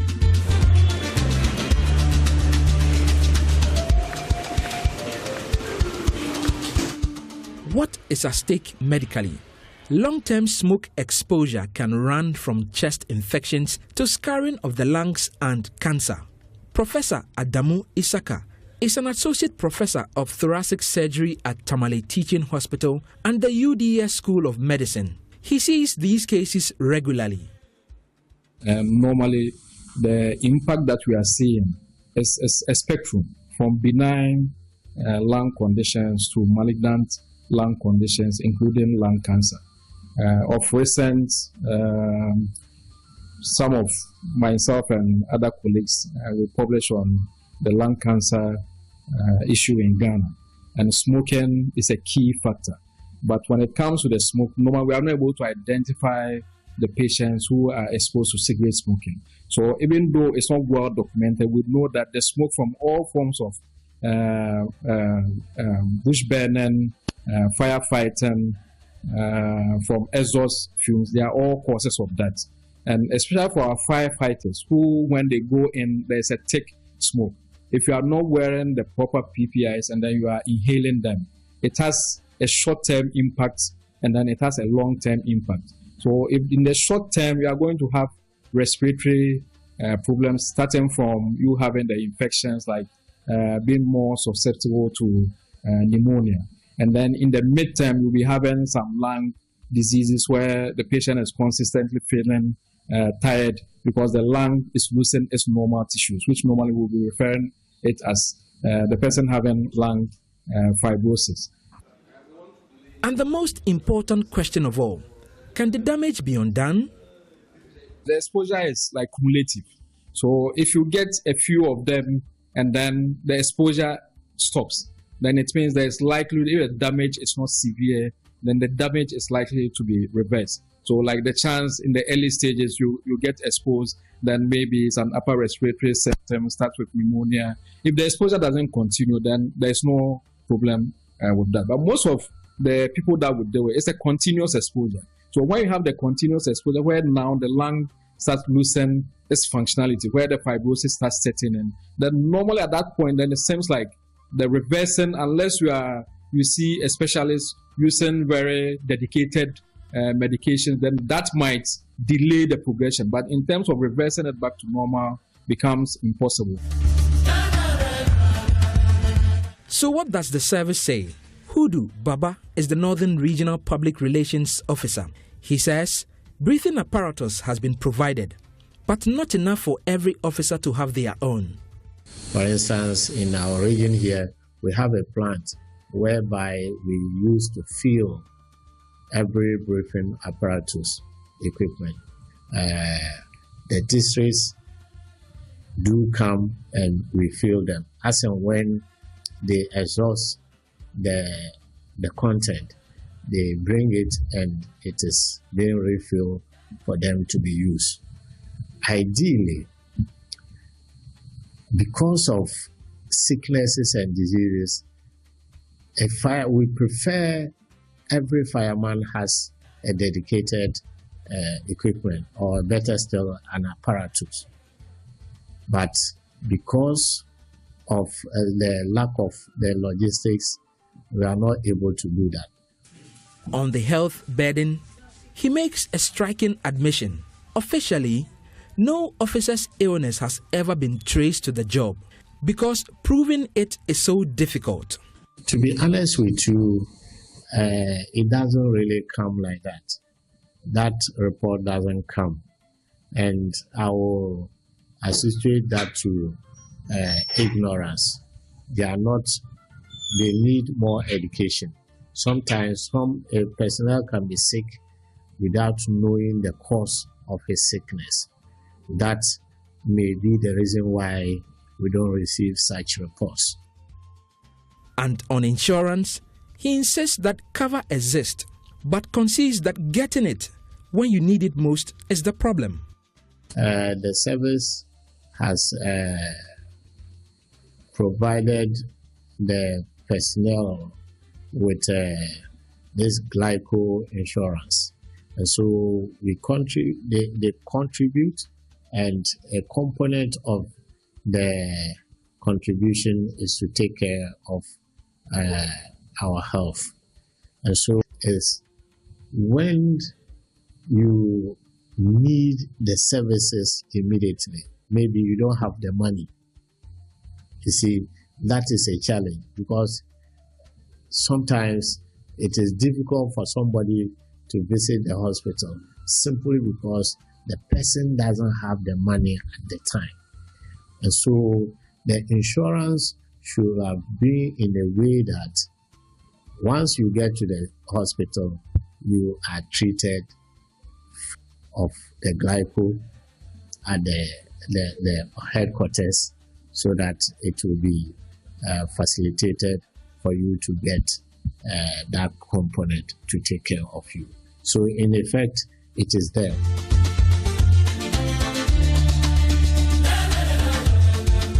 That gap between cover on paper and help in the moment has been the story for years. As recently as 2025, the fire service itself admitted its personnel had no reclaiming back later. Then the government moved in. In July 2025, Interior Minister Muntaka Mohammed Mubarak launched a new scheme with the State Insurance Corporation. 50,000 cedis for an officer critically injured on duty and 100,000 cedis for an officer who dies in service. It's designed to pay out at once instead of forcing the wounded to chase a refund. The minister called it just the beginning. In November, the service and the insurer signed the agreement, and the 2026 budget promised 100 new fire trucks and fresh equipment to retool the service. More than 1,600 new recruits passed out last year.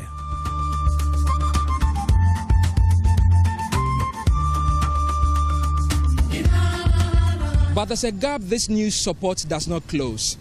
The insurance only pays when there's a sudden injury or death of a personnel of the Ghana National Fire Service.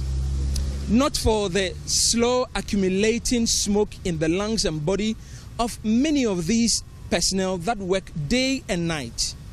By the service's own account, there has never been a formal trace of the illnesses of their personnel to the job that they do, more especially because it's so hard to prove. And the 100 new fire tenders promised to the Ghana National Fire Service is still a no-show 6 months into a brand new year. So it can definitely be said that Abubakar and many others like him who share his plight, this support definitely sits outside of what they truly need to do their job safely. For Abubakar, the fix is simple, and he has thought it through.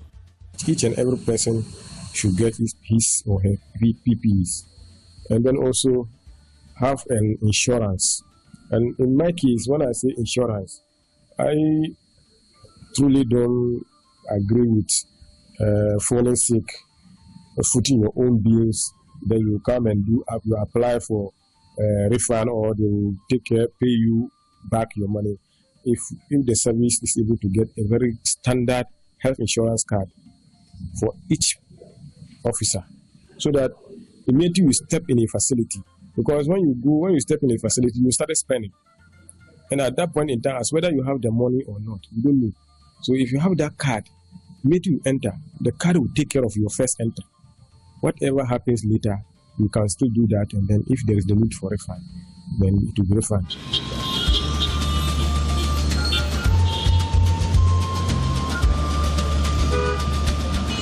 Yet, the fire keeps coming, and so does the smoke in his lungs. His only hope is for a policy that would truly cover his medical bills the day he finally steps out of the smoke for good.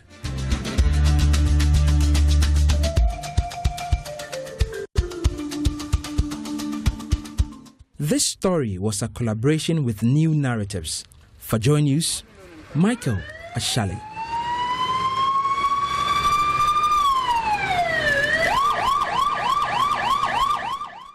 Let's get talking and bring in environmental health scientist and head of global initiatives at the Health Effects Institute, Pallavi Pant, who is joining us all the way from the USA. Dr. Pant is an environmental health scientist whose work focuses on air pollution and health in low and middle income countries. She serves as the head of global initiatives at the Health Effects Institute in Boston, USA. Welcome to the program. We've spoken to firefighters who have spent years working in heavy smoke, sometimes without adequate respiratory protection. From the evidence available globally, what are the biggest long-term health risks associated with repeated exposure to firefighting smoke? Yeah, first of all, thank you for having me, and also for focusing on this topic, which does not always get the same level of attention. I think, as was also highlighted in the piece already, the long-term exposure to pollution in general, and then what we experience during fires is similar, a component of it, can result in a variety of health impacts across almost all organ systems in our body. We tend to often associate, any health impacts with respiratory health or our lungs because we're breathing pollution in, but a lot of these particles and gases can actually travel throughout our body with blood, and can even, in some cases, cross the blood-brain barrier. So there can be impacts on our brain health. And consistently getting exposed to air pollution, including the smoke that the firefighters are having to deal with on a very regular basis, can result in increased risk for a variety of chronic diseases, lung diseases, heart disease, cancers, as was also highlighted in the piece. But also increasingly, we know it can be linked with diseases like diabetes, issues like dementia or Alzheimer's disease, and ultimately mean that people may not live as long or as healthily as they would if there was no air pollution exposure. And unlike cigarette smoking, firefighters may be exposed to smoke intermittently, but at extremely high concentrations. How does that kind of exposure affect the lungs and other parts of the body? Yes, the exposures are a little bit different compared to what would happen in case of smoking, but we need to consider a couple of things. One, if we think about what the firefighters are doing while they're trying to suppress a fire, is they're doing very physically intensive work, which means they're breathing in faster, which means they're also breathing in a lot more pollution at times than what a normal person who's not as physically active would.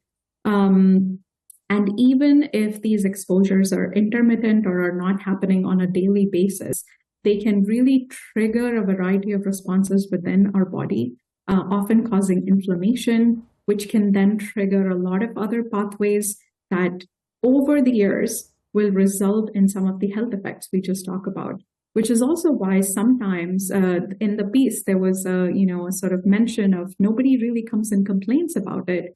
It may be because those results or those impacts on the health manifest over months and years, and it can be harder to make that connection. Whereas if something, if you were drinking dirty water, you felt sick, you would immediately make that connection. So exposure, even though it is not consistent and on an everyday basis, can really result in similar impacts on lung health. We heard from Abu Bakar, saying that the doctor was asking him not to smoke.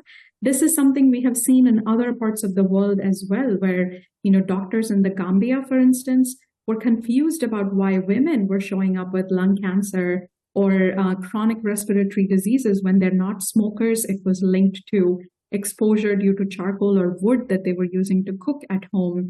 In cities like Delhi, where pollution levels tend to be very high, we've seen thoracic surgeons and experts see people who have never smoked and are just living in Delhi experience very similar lung health symptoms. So it really is a manifestation of long-term consistent exposure that may happen from time to time, that may be very intense at times as well.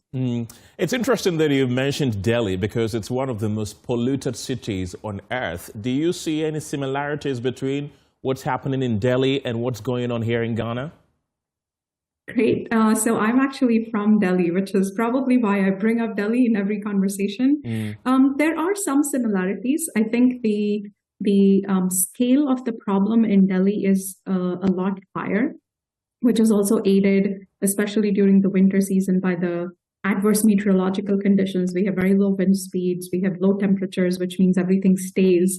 But as far as issues like emissions from transport is concerned, or even waste burning is concerned, or the way that the city is developing, expanding, urbanizing, and what that means for emissions, I think there are some parallels to be drawn between the two cities. And our story found that here in Ghana, there is very little data tracking illnesses among firefighters back to occupational smoke exposure. How important is this kind of data, and what should we do as a country, Ghana, to properly monitor the health of firefighters? Yeah, that is an excellent point, because that also helps us get closer to what we need to do to act and reduce these exposures and take care of people's health. One of the things which has been happening in Ghana recently, which is a good development, hopefully it will continue, is that we're seeing more air quality monitoring work. So we're able to track how pollution levels change.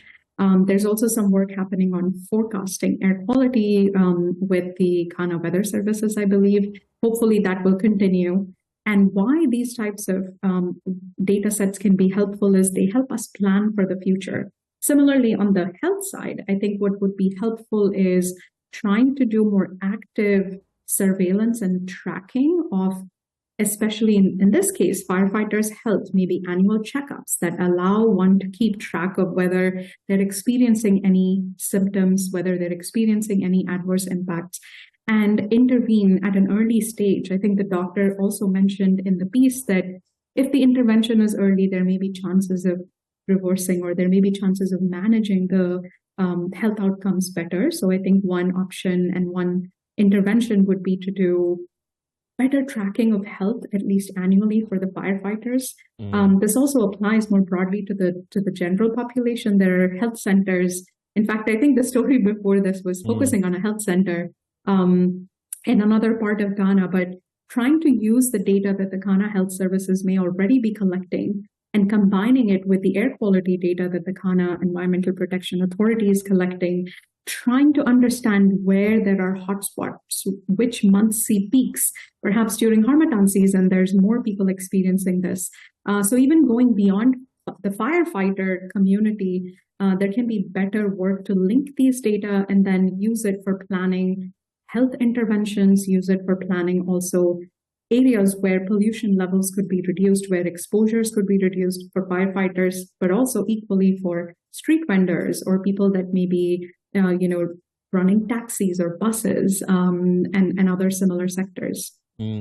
Well, the Ghana National Fire Service has acknowledged gaps in protective equipment. From a public health perspective, what do you think are the minimum protections firefighters should have when entering a smoke-filled environment? And really, how much difference can proper equipment actually make? Yeah, that is an excellent question. So first and foremost, they really do need protective equipment for breathing. And we heard from one of the station officers that, they may sometimes have to share it or they may not have enough oxygen, for instance. Imagine the intensity of smoke that they are breathing in. It's also very hot. It's very physically strenuous. So ensuring that they can breathe as clean air as possible, have access to oxygen. So breathing equipment within the personal protective equipment, really important. Also, clothing can sometimes be really helpful in trying to reduce the exposures, keep the body a little bit more protected. And I think one of them mentioned using face masks, which are helpful if you are an general person going about the city of Accra, trying to reduce your exposures. But with the intensity that they are experiencing of smoke and of pollution, they need more specialized equipment than simple face masks, and they require specialized respirators. We saw some examples of what those look like in the images. So hopefully that is where more efforts can go. And some studies have shown that use of better protective equipment especially for reducing inhalation exposures can mean that because you're now reducing the exposure levels, the health impacts are not as severe. And beyond firefighters, many frontline workers, including the police officers, traffic personnel, and others, spend hours exposed to polluted air. What lessons from firefighter exposure can Ghana apply to protecting these other workers from the health effects of air pollution? Yeah, I think that the concept is really similar. And there are a few studies in Western Africa, I think including a couple in Ghana, that have shown that traffic police workers can often experience really high levels of air pollution, can also experience similar health effects like respiratory diseases, irritation in the eye, which can become very normal and everyday scenario. Headaches become very common. And the idea in each case, whether it is firefighters, whether it is traffic police workers, whether it is another group of people who are getting invariably or exposed to air pollution, is to try and reduce their exposures. It is an occupational hazard. Unfortunately, they have to be in those conditions. We're trying to rotate people so that there can be periods where they're breathing in and they're in the middle of this pollution zone, but they also get some time away, ensuring they can have access to good respirators, which are effective at reducing the amount of air pollution that they're breathing in. And really, how to the extent that it is possible, trying to do more preventive health checks to catch any impacts early and try and provide mitigation options for those. Well, families of firefighters have also raised concerns about contaminants being carried from work to their houses, on their gears and on the skin. How concerning are these? Yes, that's also another way that we can get exposed to chemicals and pollutants. And in fact, together with inhalation, we normally think about inhalation, which is with our noses, or eating something, ingestion, or dermal exposure, which could be through the skin. And remember, if you're fighting a fire, you do not necessarily know whether it is just some wood and shrubs and grassland burning. In other cases, it may be houses or industries or factories burning where there may be plastics and other types of products which are going to be releasing more toxins, some of which are carcinogenic. And there can be instances of dermal exposure as well. So in thinking about the personal protective equipment, trying to have, good control and reduction of exposure of any kind, whether it is inhalation or dermal exposure, is really critical. If nothing changes in, let's say, the next 5 years, what is the realistic health toll on Ghana's firefighting workforce? Well, I think that the issue will be to what extent are, they getting routinely exposed to pollution. And then invariably, some of them, perhaps not all of them, but some of them are likely to experience increased risk for chronic diseases like COPD, which some describe as, a disease which you can only manage, you cannot cure, and essentially it makes it harder and harder to breathe over time. Cases of cancers, especially lung cancer and some other forms of cancer. And one thing we forget to take into account, but sometimes can be really critical, especially from a government intervention point of view, is also that as these people experience these health impacts, their ability to contribute to the everyday life, their quality of life as well as their productivity goes down. There are costs associated with healthcare sector and the need to respond when people are ill, the money they may be spending on medication that could be spent elsewhere. So it really is a combination of what the firefighters and their families might experience at a personal level, living with a disease at a higher risk of a disease, spending more money, not being able to work, but also what that ultimately adds up to in terms of the overall economic impacts, not just from the firefighting community, but any other major groups that are getting exposed to air pollution consistently and repeatedly. I want you to advise firefighters who are watching us right now, if there's one thing you could tell them, or even more that you could tell them to protect their own health, what will it be? Yes, I think this is a little bit of a tricky one, only because I wish I could tell them, please don't, go and be so close to the smoke, but unfortunately that is not possible, and we're thankful for the work they do. What I would suggest is, to the extent possible, using protective equipment to reduce exposures, and also while they are at an incident and they're trying to do firefighting, to the extent it is possible, sometimes it may not be, trying to rotate between people so that you may be getting a little bit of a breather in between. Sometimes you may be on the site for many, many hours. So just trying to look for those. And then in addition, outside of, everyday sort of work responsibilities, to the extent that is possible, engaging in sort of healthy eating, physical activity, because those things collectively impact what our risk would end up being. It impacts how we might, see some of those risks manifesting in terms of health effects. And hopefully also a request to the Ghana Fire Services and other relevant agencies to be thinking about more structured protocols for how to reduce exposures while the personnel are on site, how they get assigned to participate so that you can manage the level of exposure that they might experience on a longer term basis. There are strategies we can deploy, some at the individual level, but I think some of them really have to be at the institutional level to try and manage the situation better. Dr. Pallavi Pant, thank you very much for your time this afternoon. She is an environmental health scientist and the head of global initiatives at the Health Effects Institute in Boston, USA. The Pulse returns after this break. Welcome back to The Pulse. Let's return to our earlier story where residents and business owners in the Domi-Kwabienya-Brekusu enclave are demanding urgent road repairs, accusing successive governments of neglecting the area's road network for more than 2 decades. Let's get onto Zoom right now, and joining me is Kwame Yirenchi Ampofo. He is the resident engineer at the Ghana Highway Authority, supervising the construction of the Domi Brekusu-Kitasi Road. Welcome to the program. Why has work on the Kitasi Road stalled? Thank you very, very much. I want to greet all your listeners. Well, it's a matter of process. So this project has. I would appreciate it if you can kindly speak up for me. If I can speak up, can you hear me now? Yes. Yeah. So I'm saying that it's just the time being taken for due process to be made.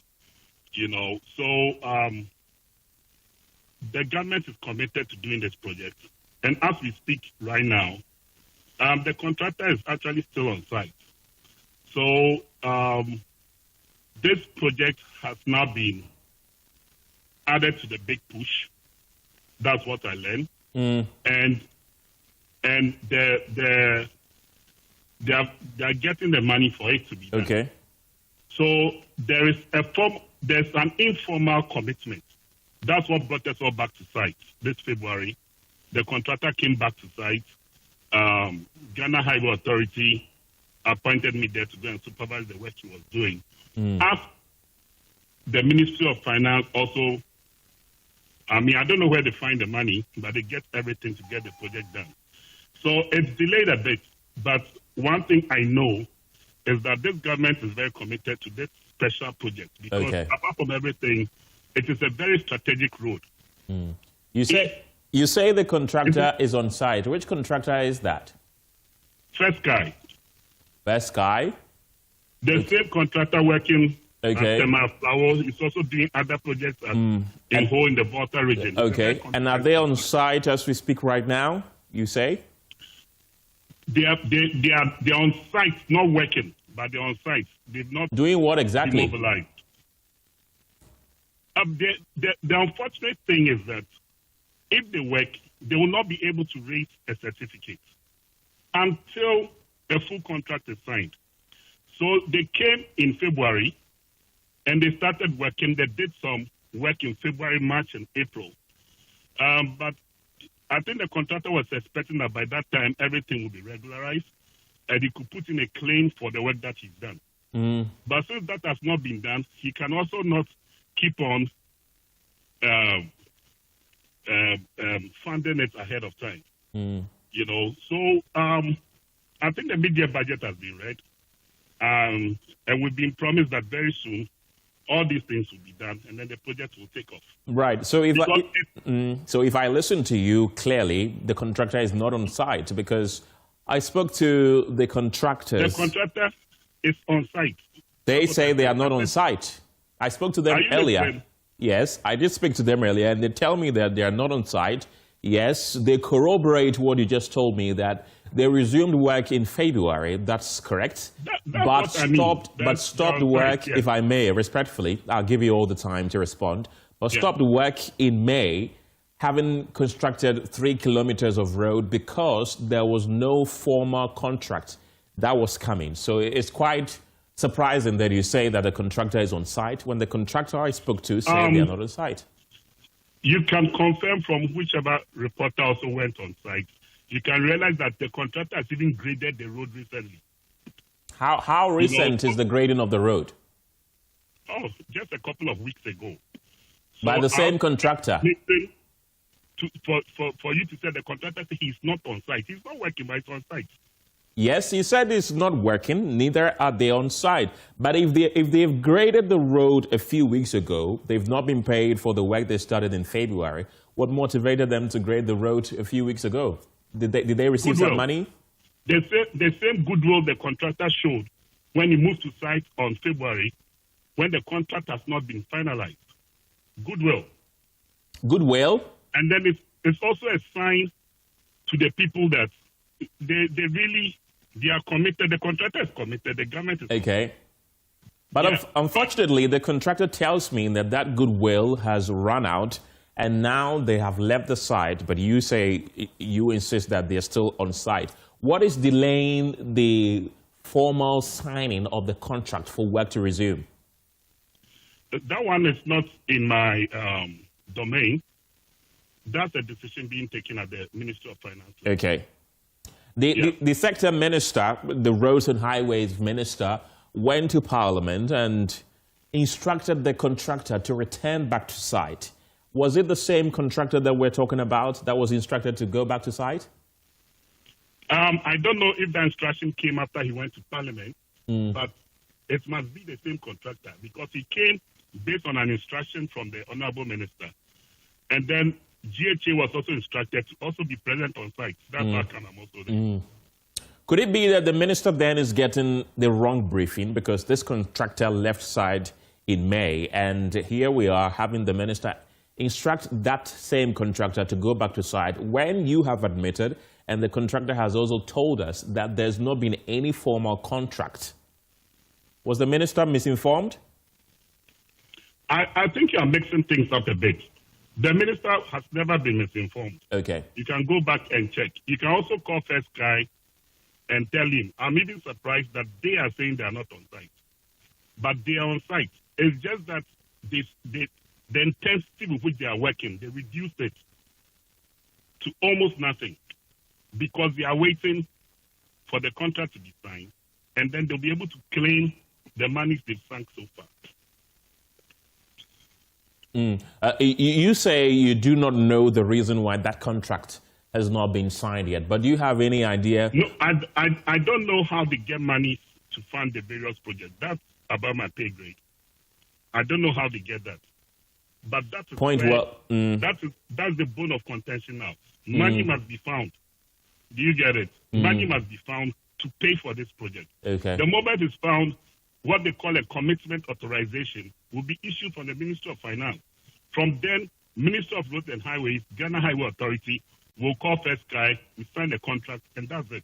We know where to go for money when we are working. Well, that commitment is what led them to go back to the site in February until May, and nothing came. So what is the guarantee? What is the guarantee that this time around, when that is done, their money will be paid to them, and a contract will finally be signed? That's why they've slowed down. Okay. That's why they've slowed down. So I believe that guarantee can be given by those who deserve the money.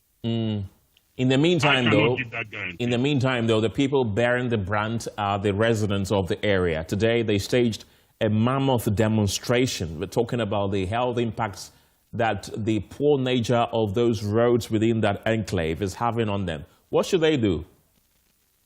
I want to appeal to them and to still encourage them. We've had talks with them already that this government, this current administration, is determined to do this road. You can see clearly we have Ashesi University. You can see clearly if the Ayimesa Pediasi Road, in case there's a landslide one day, this is the only road we go to the Kwapen. It's a strategic road.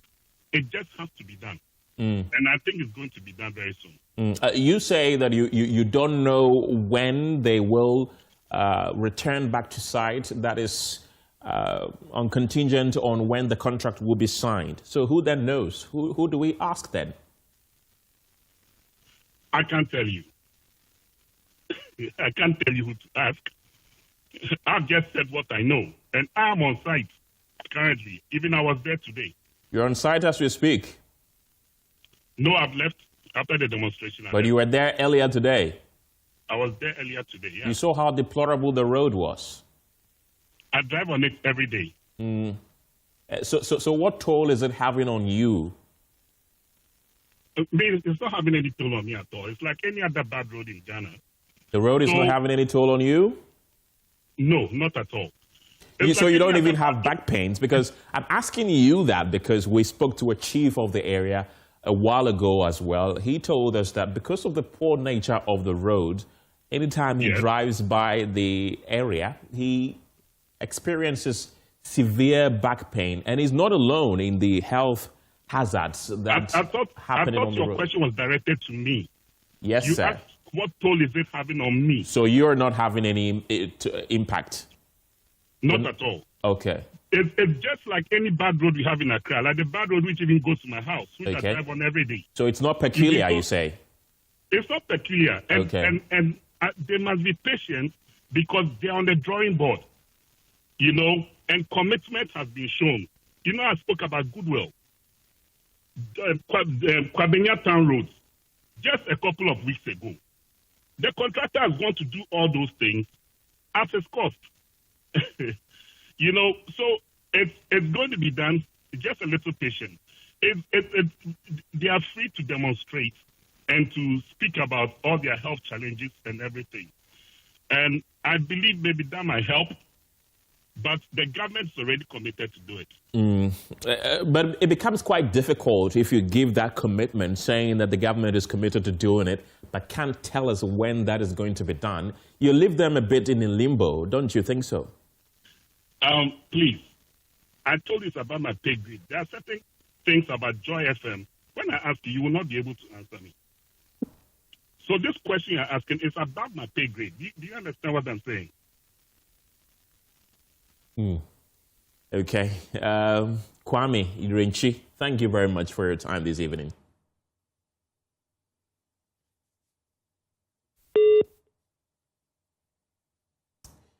Two other stories this evening. Tanker drivers in the Ashanti, Bunu, Ahafo, and Western North regions are embarking on a 3-day sit-down strike over alleged inaccuracies in measuring and monitoring meters installed at the Kumasi depot of the bulk oil and transport company BOST. According to the drivers, the measuring meters have failed several internal tests conducted by drivers and other stakeholders, leading to consistent fuel shortages that they are forced to bear. Vice Chairman of the association, Dominic Brenya, reveals the situation is draining drivers financially. Nanaya Ojima has more in this report.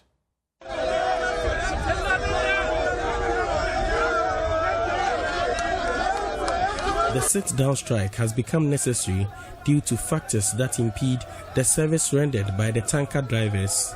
According to the association, despite modern technologies being deployed to monitor the movement of drivers and fuel, the measuring machines at the offloading points continue to record shortages. The drivers believe the technology at the offloading point is either faulty or wrongly calibrated. There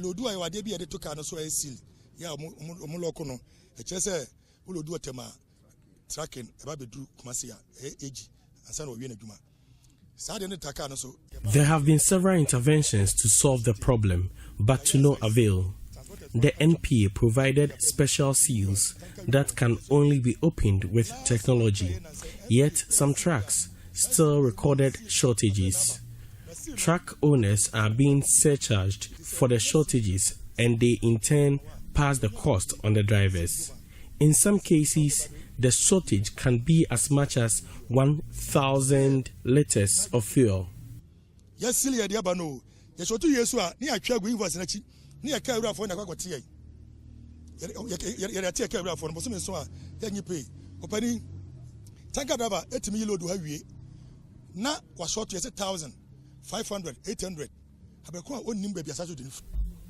The association also raised concerns over inefficiencies in the loading systems at the Kumasi depot.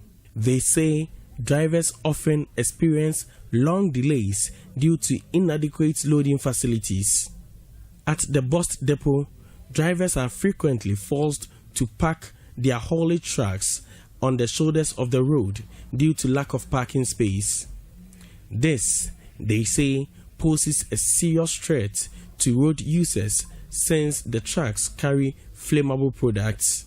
Those lucky to access the parking space provided by BOST also complain that the area is untarred and unfit for purpose. The drivers are therefore demanding that proper sleeping spaces be provided to ensure their safety while waiting to load. They have vowed to continue the sit-down strike until their concerns are addressed by BOST, NPA, and government.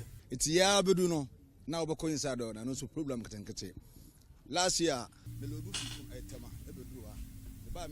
Last year, I recorded a shortage of over 2,000 cedis, and my truck owner deducted it from my salary.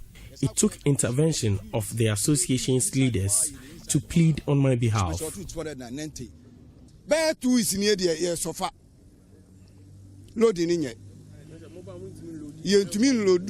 the others 200. We are suffering for about 2 weeks now. We have not been able to load fuel for the filling stations.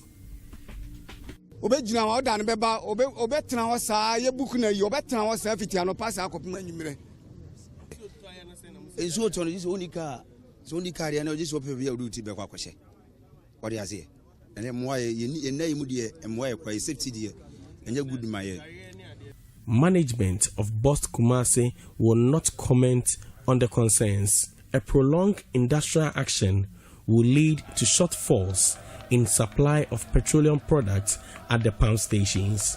For Joy News, Nana Ochima, Kumasi.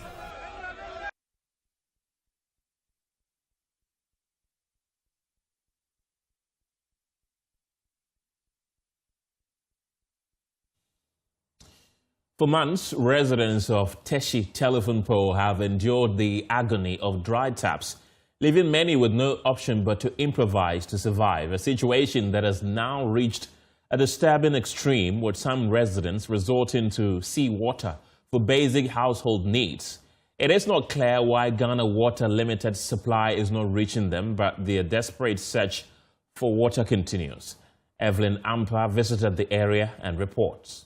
Imagine turning on your tap, hoping for water, only to see nothing. Here at Teshi telephone pole area, residents say that silence can stretch for 1, sometimes even 2 months. And when the water finally comes, it is only for a few hours with barely enough pressure to fill a container.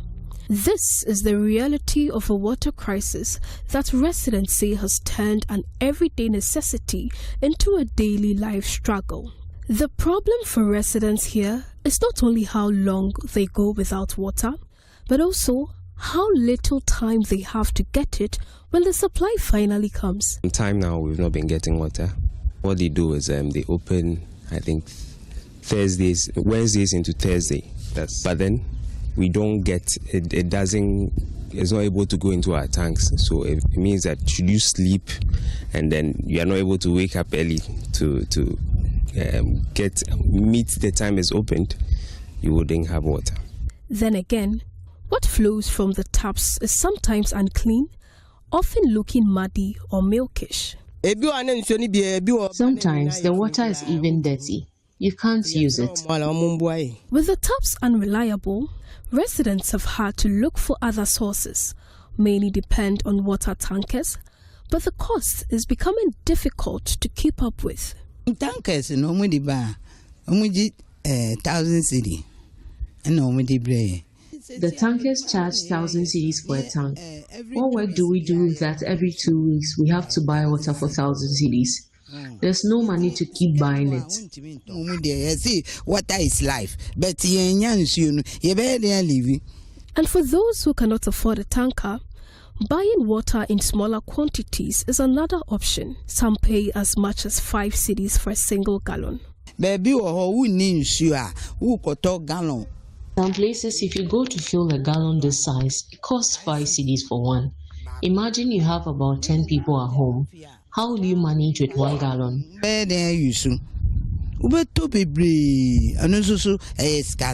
Some have also turned to boreholes, but that too comes with a problem. The water is salty because the community is close to the sea and has to be treated before use.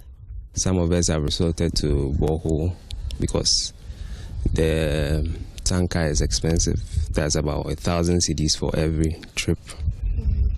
So we've dug a borehole, but unfortunately it was salty, so we have to, yes, because we are closer to the sea, and then we would have to treat it before we use. Yeah. For James Appiah, he turns to the sea to bathe, but because seawater does not lather easily with bathing soap, he has to use a detergent instead. The water crisis can be so severe that sometimes we do not even get water to bathe. We use detergents when we have to bathe with seawater because the bathing soap does not lather. Teshi demo. Now they are say. So na ahuru na timaba. If not, you would have to use sachet water. I saw also a pure water. The means I'm the remember boy a day 2 months. I've been using this same water to wash the shoes I sell for about 2 months now. The baby and kakra. And so I did 2 months. What if any? I do 2 months. My banam the horan kakra. Intimia if you need that, see, I'm a sonic sono. Not if you know I am not clean water. No, Namasandi kakra. The residents' cries to authorities, particularly the Member of Parliament for the area, have so far not yielded any results. We have informed the NP and the MC and even visited the MP's office 2 or 3 times. He says he will come and see the situation for himself, but up to now, he hasn't come. For now, residents' alternatives to hygienic supply of water have elapsed. All they want is a proper solution to the problem that has gone on for far too long. For Joy News, Evelyn Ampa, Teshi, Accra.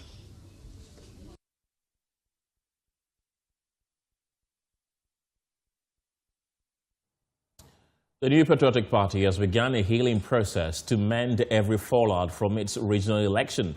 Thousands of delegates went to the poll over the weekend to elect executives for the party, all 16 regions across the country. Although the elections have generally been peaceful, the party says it is taking steps to engage any aggrieved loser to strengthen the party for the 2028 elections. The following report has more. Thousands of delegates of the New Patriotic Party on Saturday and Sunday thronged various polling centers to vote regional executive ranging from chairmen, secretaries, organizers, among others, who would lead the party at the regional level in the next 4 years.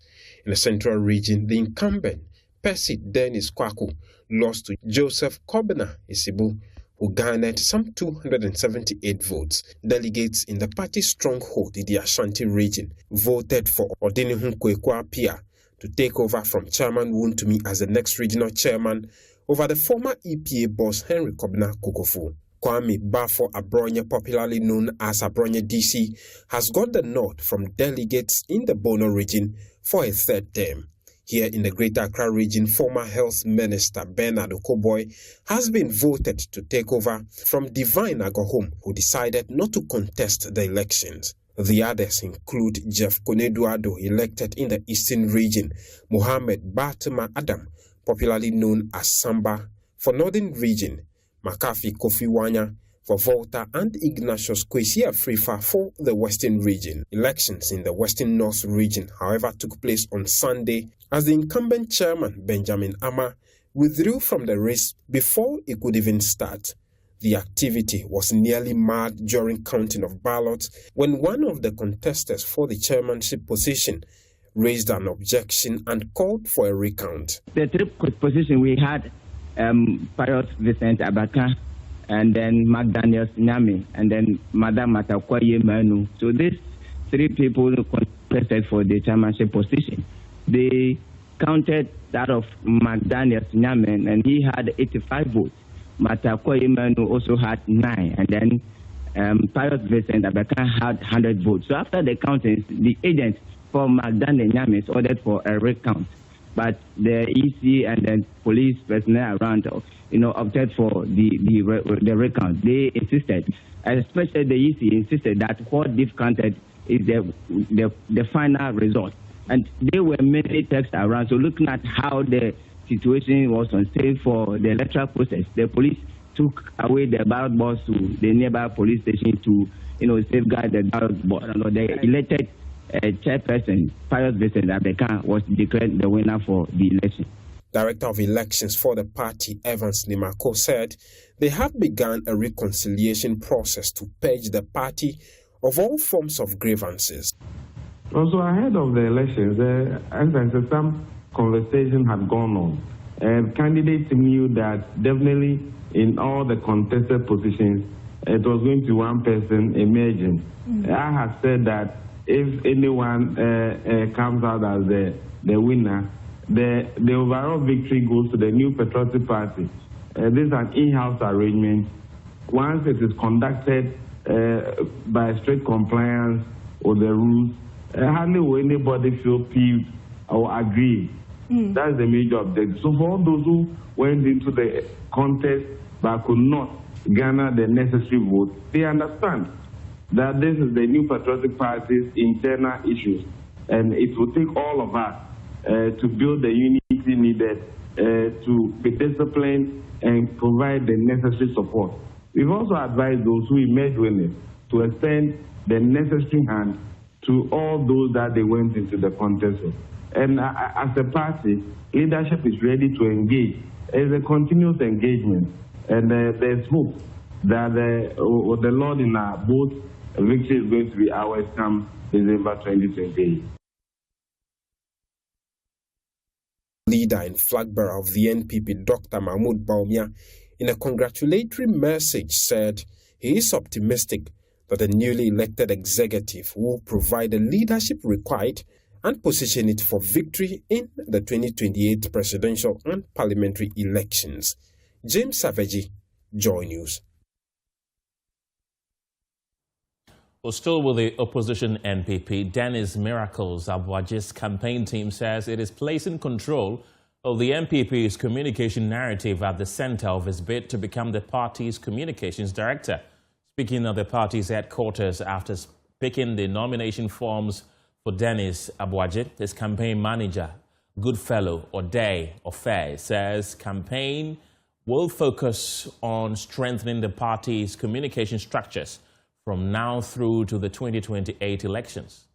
During his declaration video, he mentioned that what we seek to achieve is to let the NPP command the communication narrative from now to 2028. So that's what we seek to do, to build the structures that will that will help us achieve that. We don't see communication as a one-person driven strategy. So we want to build a system such that if today Miracles is not there or any of our spokespersons is absent, the structure and the system will deliver whatever we need to get done from now to 2028. And the party sees, the campaign sees communication as a very important structure of the party.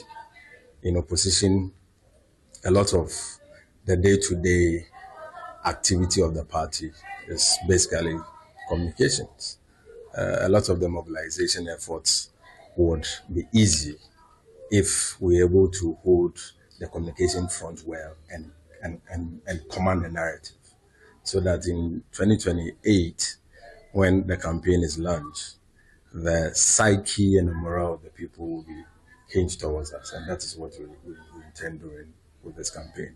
And that is the conversation that we started having with the party people. And it was wonderful when we started the conversation from his home constituencies, and it's catching on, and we expect that he will get an overwhelming endorsement from the party. He needs that total endorsement to be able to lead the communication arm.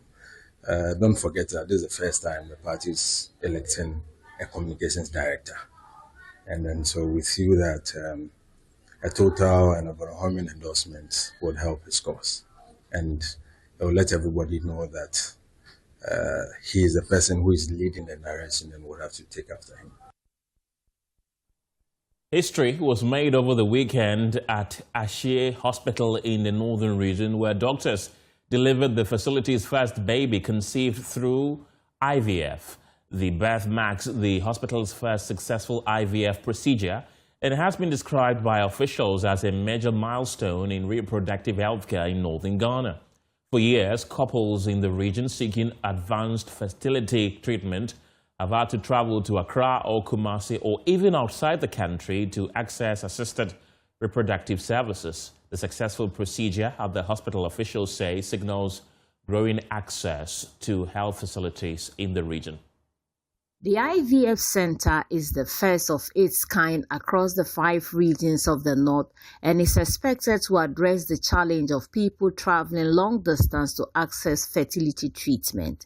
The new dialysis unit will also provide treatment for patients living with kidney diseases, addressing the gathering Education Minister Harun Idrisu said safeguarding patients' privacy is not only a professional obligation but also a moral duty.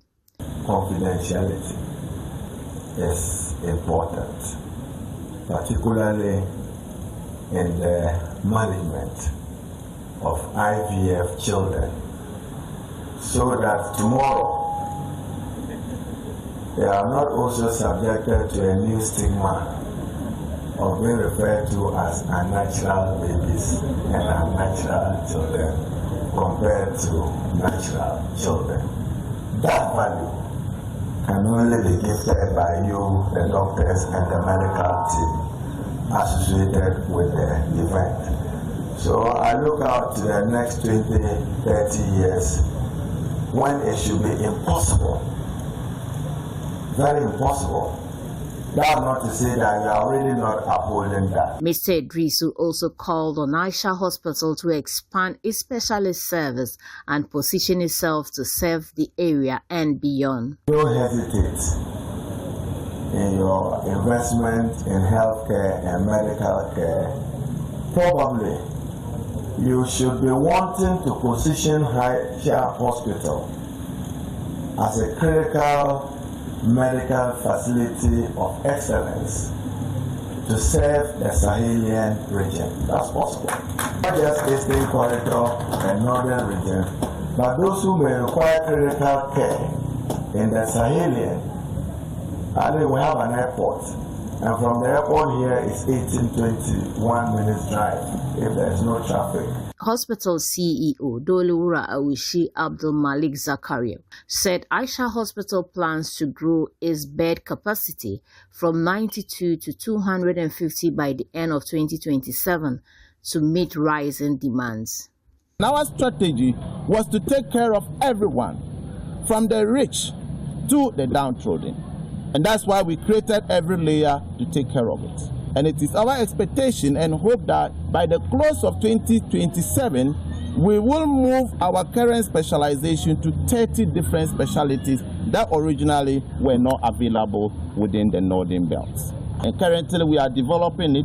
That will move our 92-bed capacity to 250 by the close of 2027. That's what we intend to do, and to expand our VIP services from 5 wards to 50 wards to accommodate all of us. We'll be back shortly after this break. You're welcome. The Ghana Chamber of Mines says it is engaging Adamus Resources Limited and the relevant regulatory authorities following government's decision to uphold the revocation of the company's Akango, Salman and Nkrofo mining leases. The chamber says although it recognizes government's authority to enforce Ghana's mining laws, due process, fairness and regulatory certainty must not be compromised. It is also questioning the consistency with which mining regulations are being applied. Let's bring you excerpts from the chamber statements right now.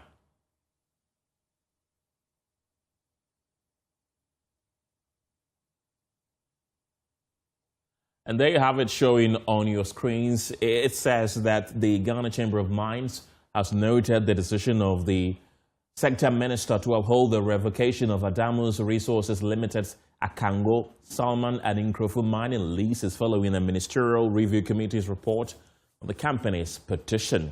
It continues to say that given the significance of the matter, the chamber is engaging Adamus Resources Limited and the relevant regulatory authorities to obtain a full understanding of the circumstances, findings and processes underlying the decision. It continues to say that the chamber is mindful of the need to safeguard workers and their livelihoods, contractors, host communities and legitimate investments in the country while ensuring that the country's laws and regulatory requirements are fully respected. It concludes by saying that the chamber considers it appropriate to allow these engagements and processes to proceed before committing further on the substantive issues. So that's the long statement issued by the Ghana Chamber of Mines concerning the revocation of the mining leases of Adamus Mining Company Limited.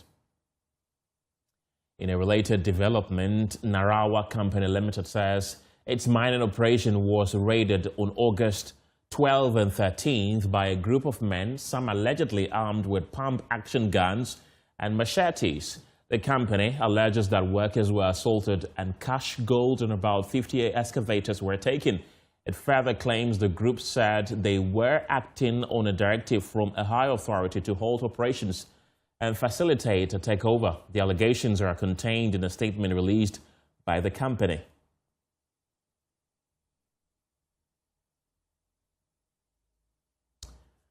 And joining me right now is the spokesperson for the company for a brief conversation on the back of this. In the meantime, though, let's bring you more details from that particular statement.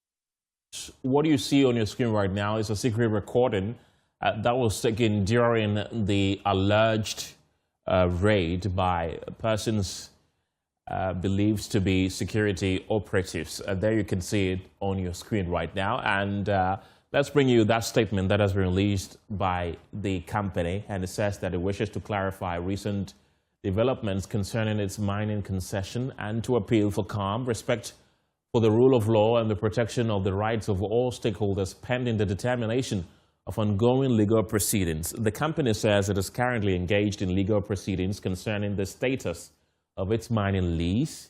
It says it has obtained an order of injunction from the High Court in relation to the matter, and a substantive dispute remains before the appropriate legal forum.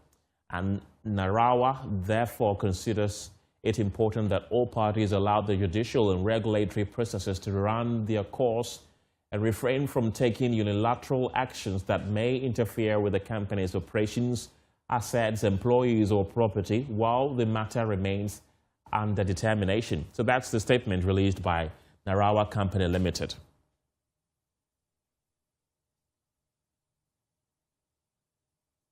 We'll definitely be bringing you more of that in our subsequent bulletins. In the meantime, nearly 2 years into government, and women are still waiting for the promised Women's Development Bank. Workers are still waiting for the much-hyped 24-hour economy, and commuters are still stuck on the slow-moving Bole-Sola-Wa Road under the big push. Speaking to Joy News, the NDC's Regional Secretary, Dr. Tanko Daniel Dawa, says the NDC's failure to deliver will be the foundation of the MPP's comeback in 2028.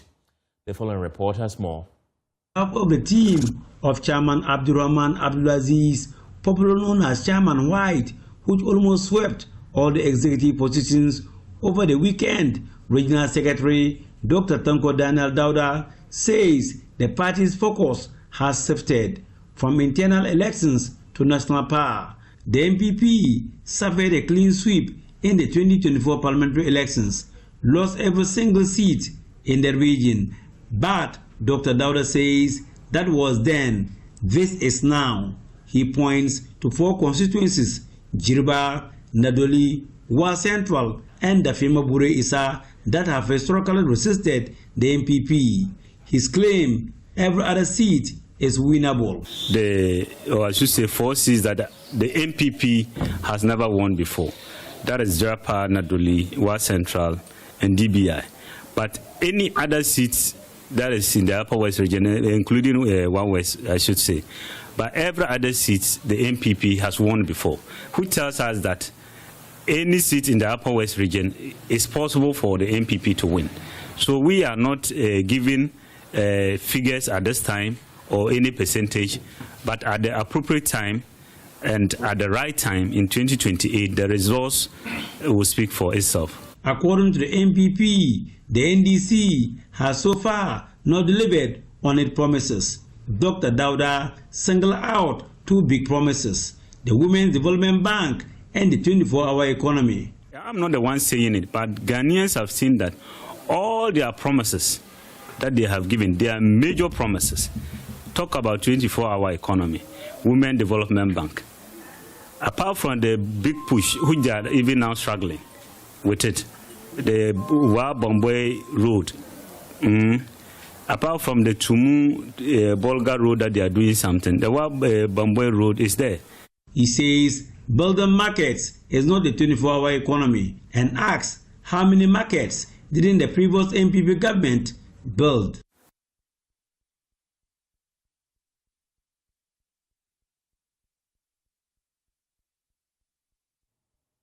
From fighting for survival in the regional qualifiers to earning a place among Ghana's best, Inyan Denchira Senior High Technical School now faces a challenge of an entirely different magnitude on the national stage. The first-timers have already defied expectations. Well, now, though, they believe their surprise qualification could be the beginning of an even bigger NSMQ story. Woman, it's unbearable. It's like we feel very happy and we are hoping we can qualify to the final stage. And with God by our side, we will win the National Science and Maths Quiz this year, 2026. And Inyan Denchira Senior High Technical School is winning the National Science and Maths Quiz. Has been a debate between our National Science and Maths Quiz team and our debate team. So if they win the debate team, when they go, they will be winning, and us, we have been like losing, but today they are winning. So, but this is the first time you've qualified to the national stage. Do you think that you can keep on with this performance? Keep on, because people were expecting that we are going to lose, because the way they saw that we are losing, they were thinking about God somersaulted the contest, which made us win. God did what? Somersaulted the contest.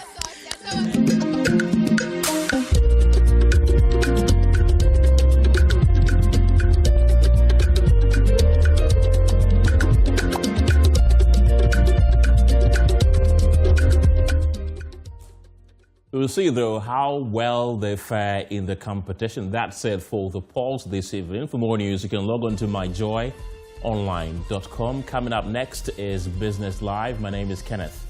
Jesse, have a good evening.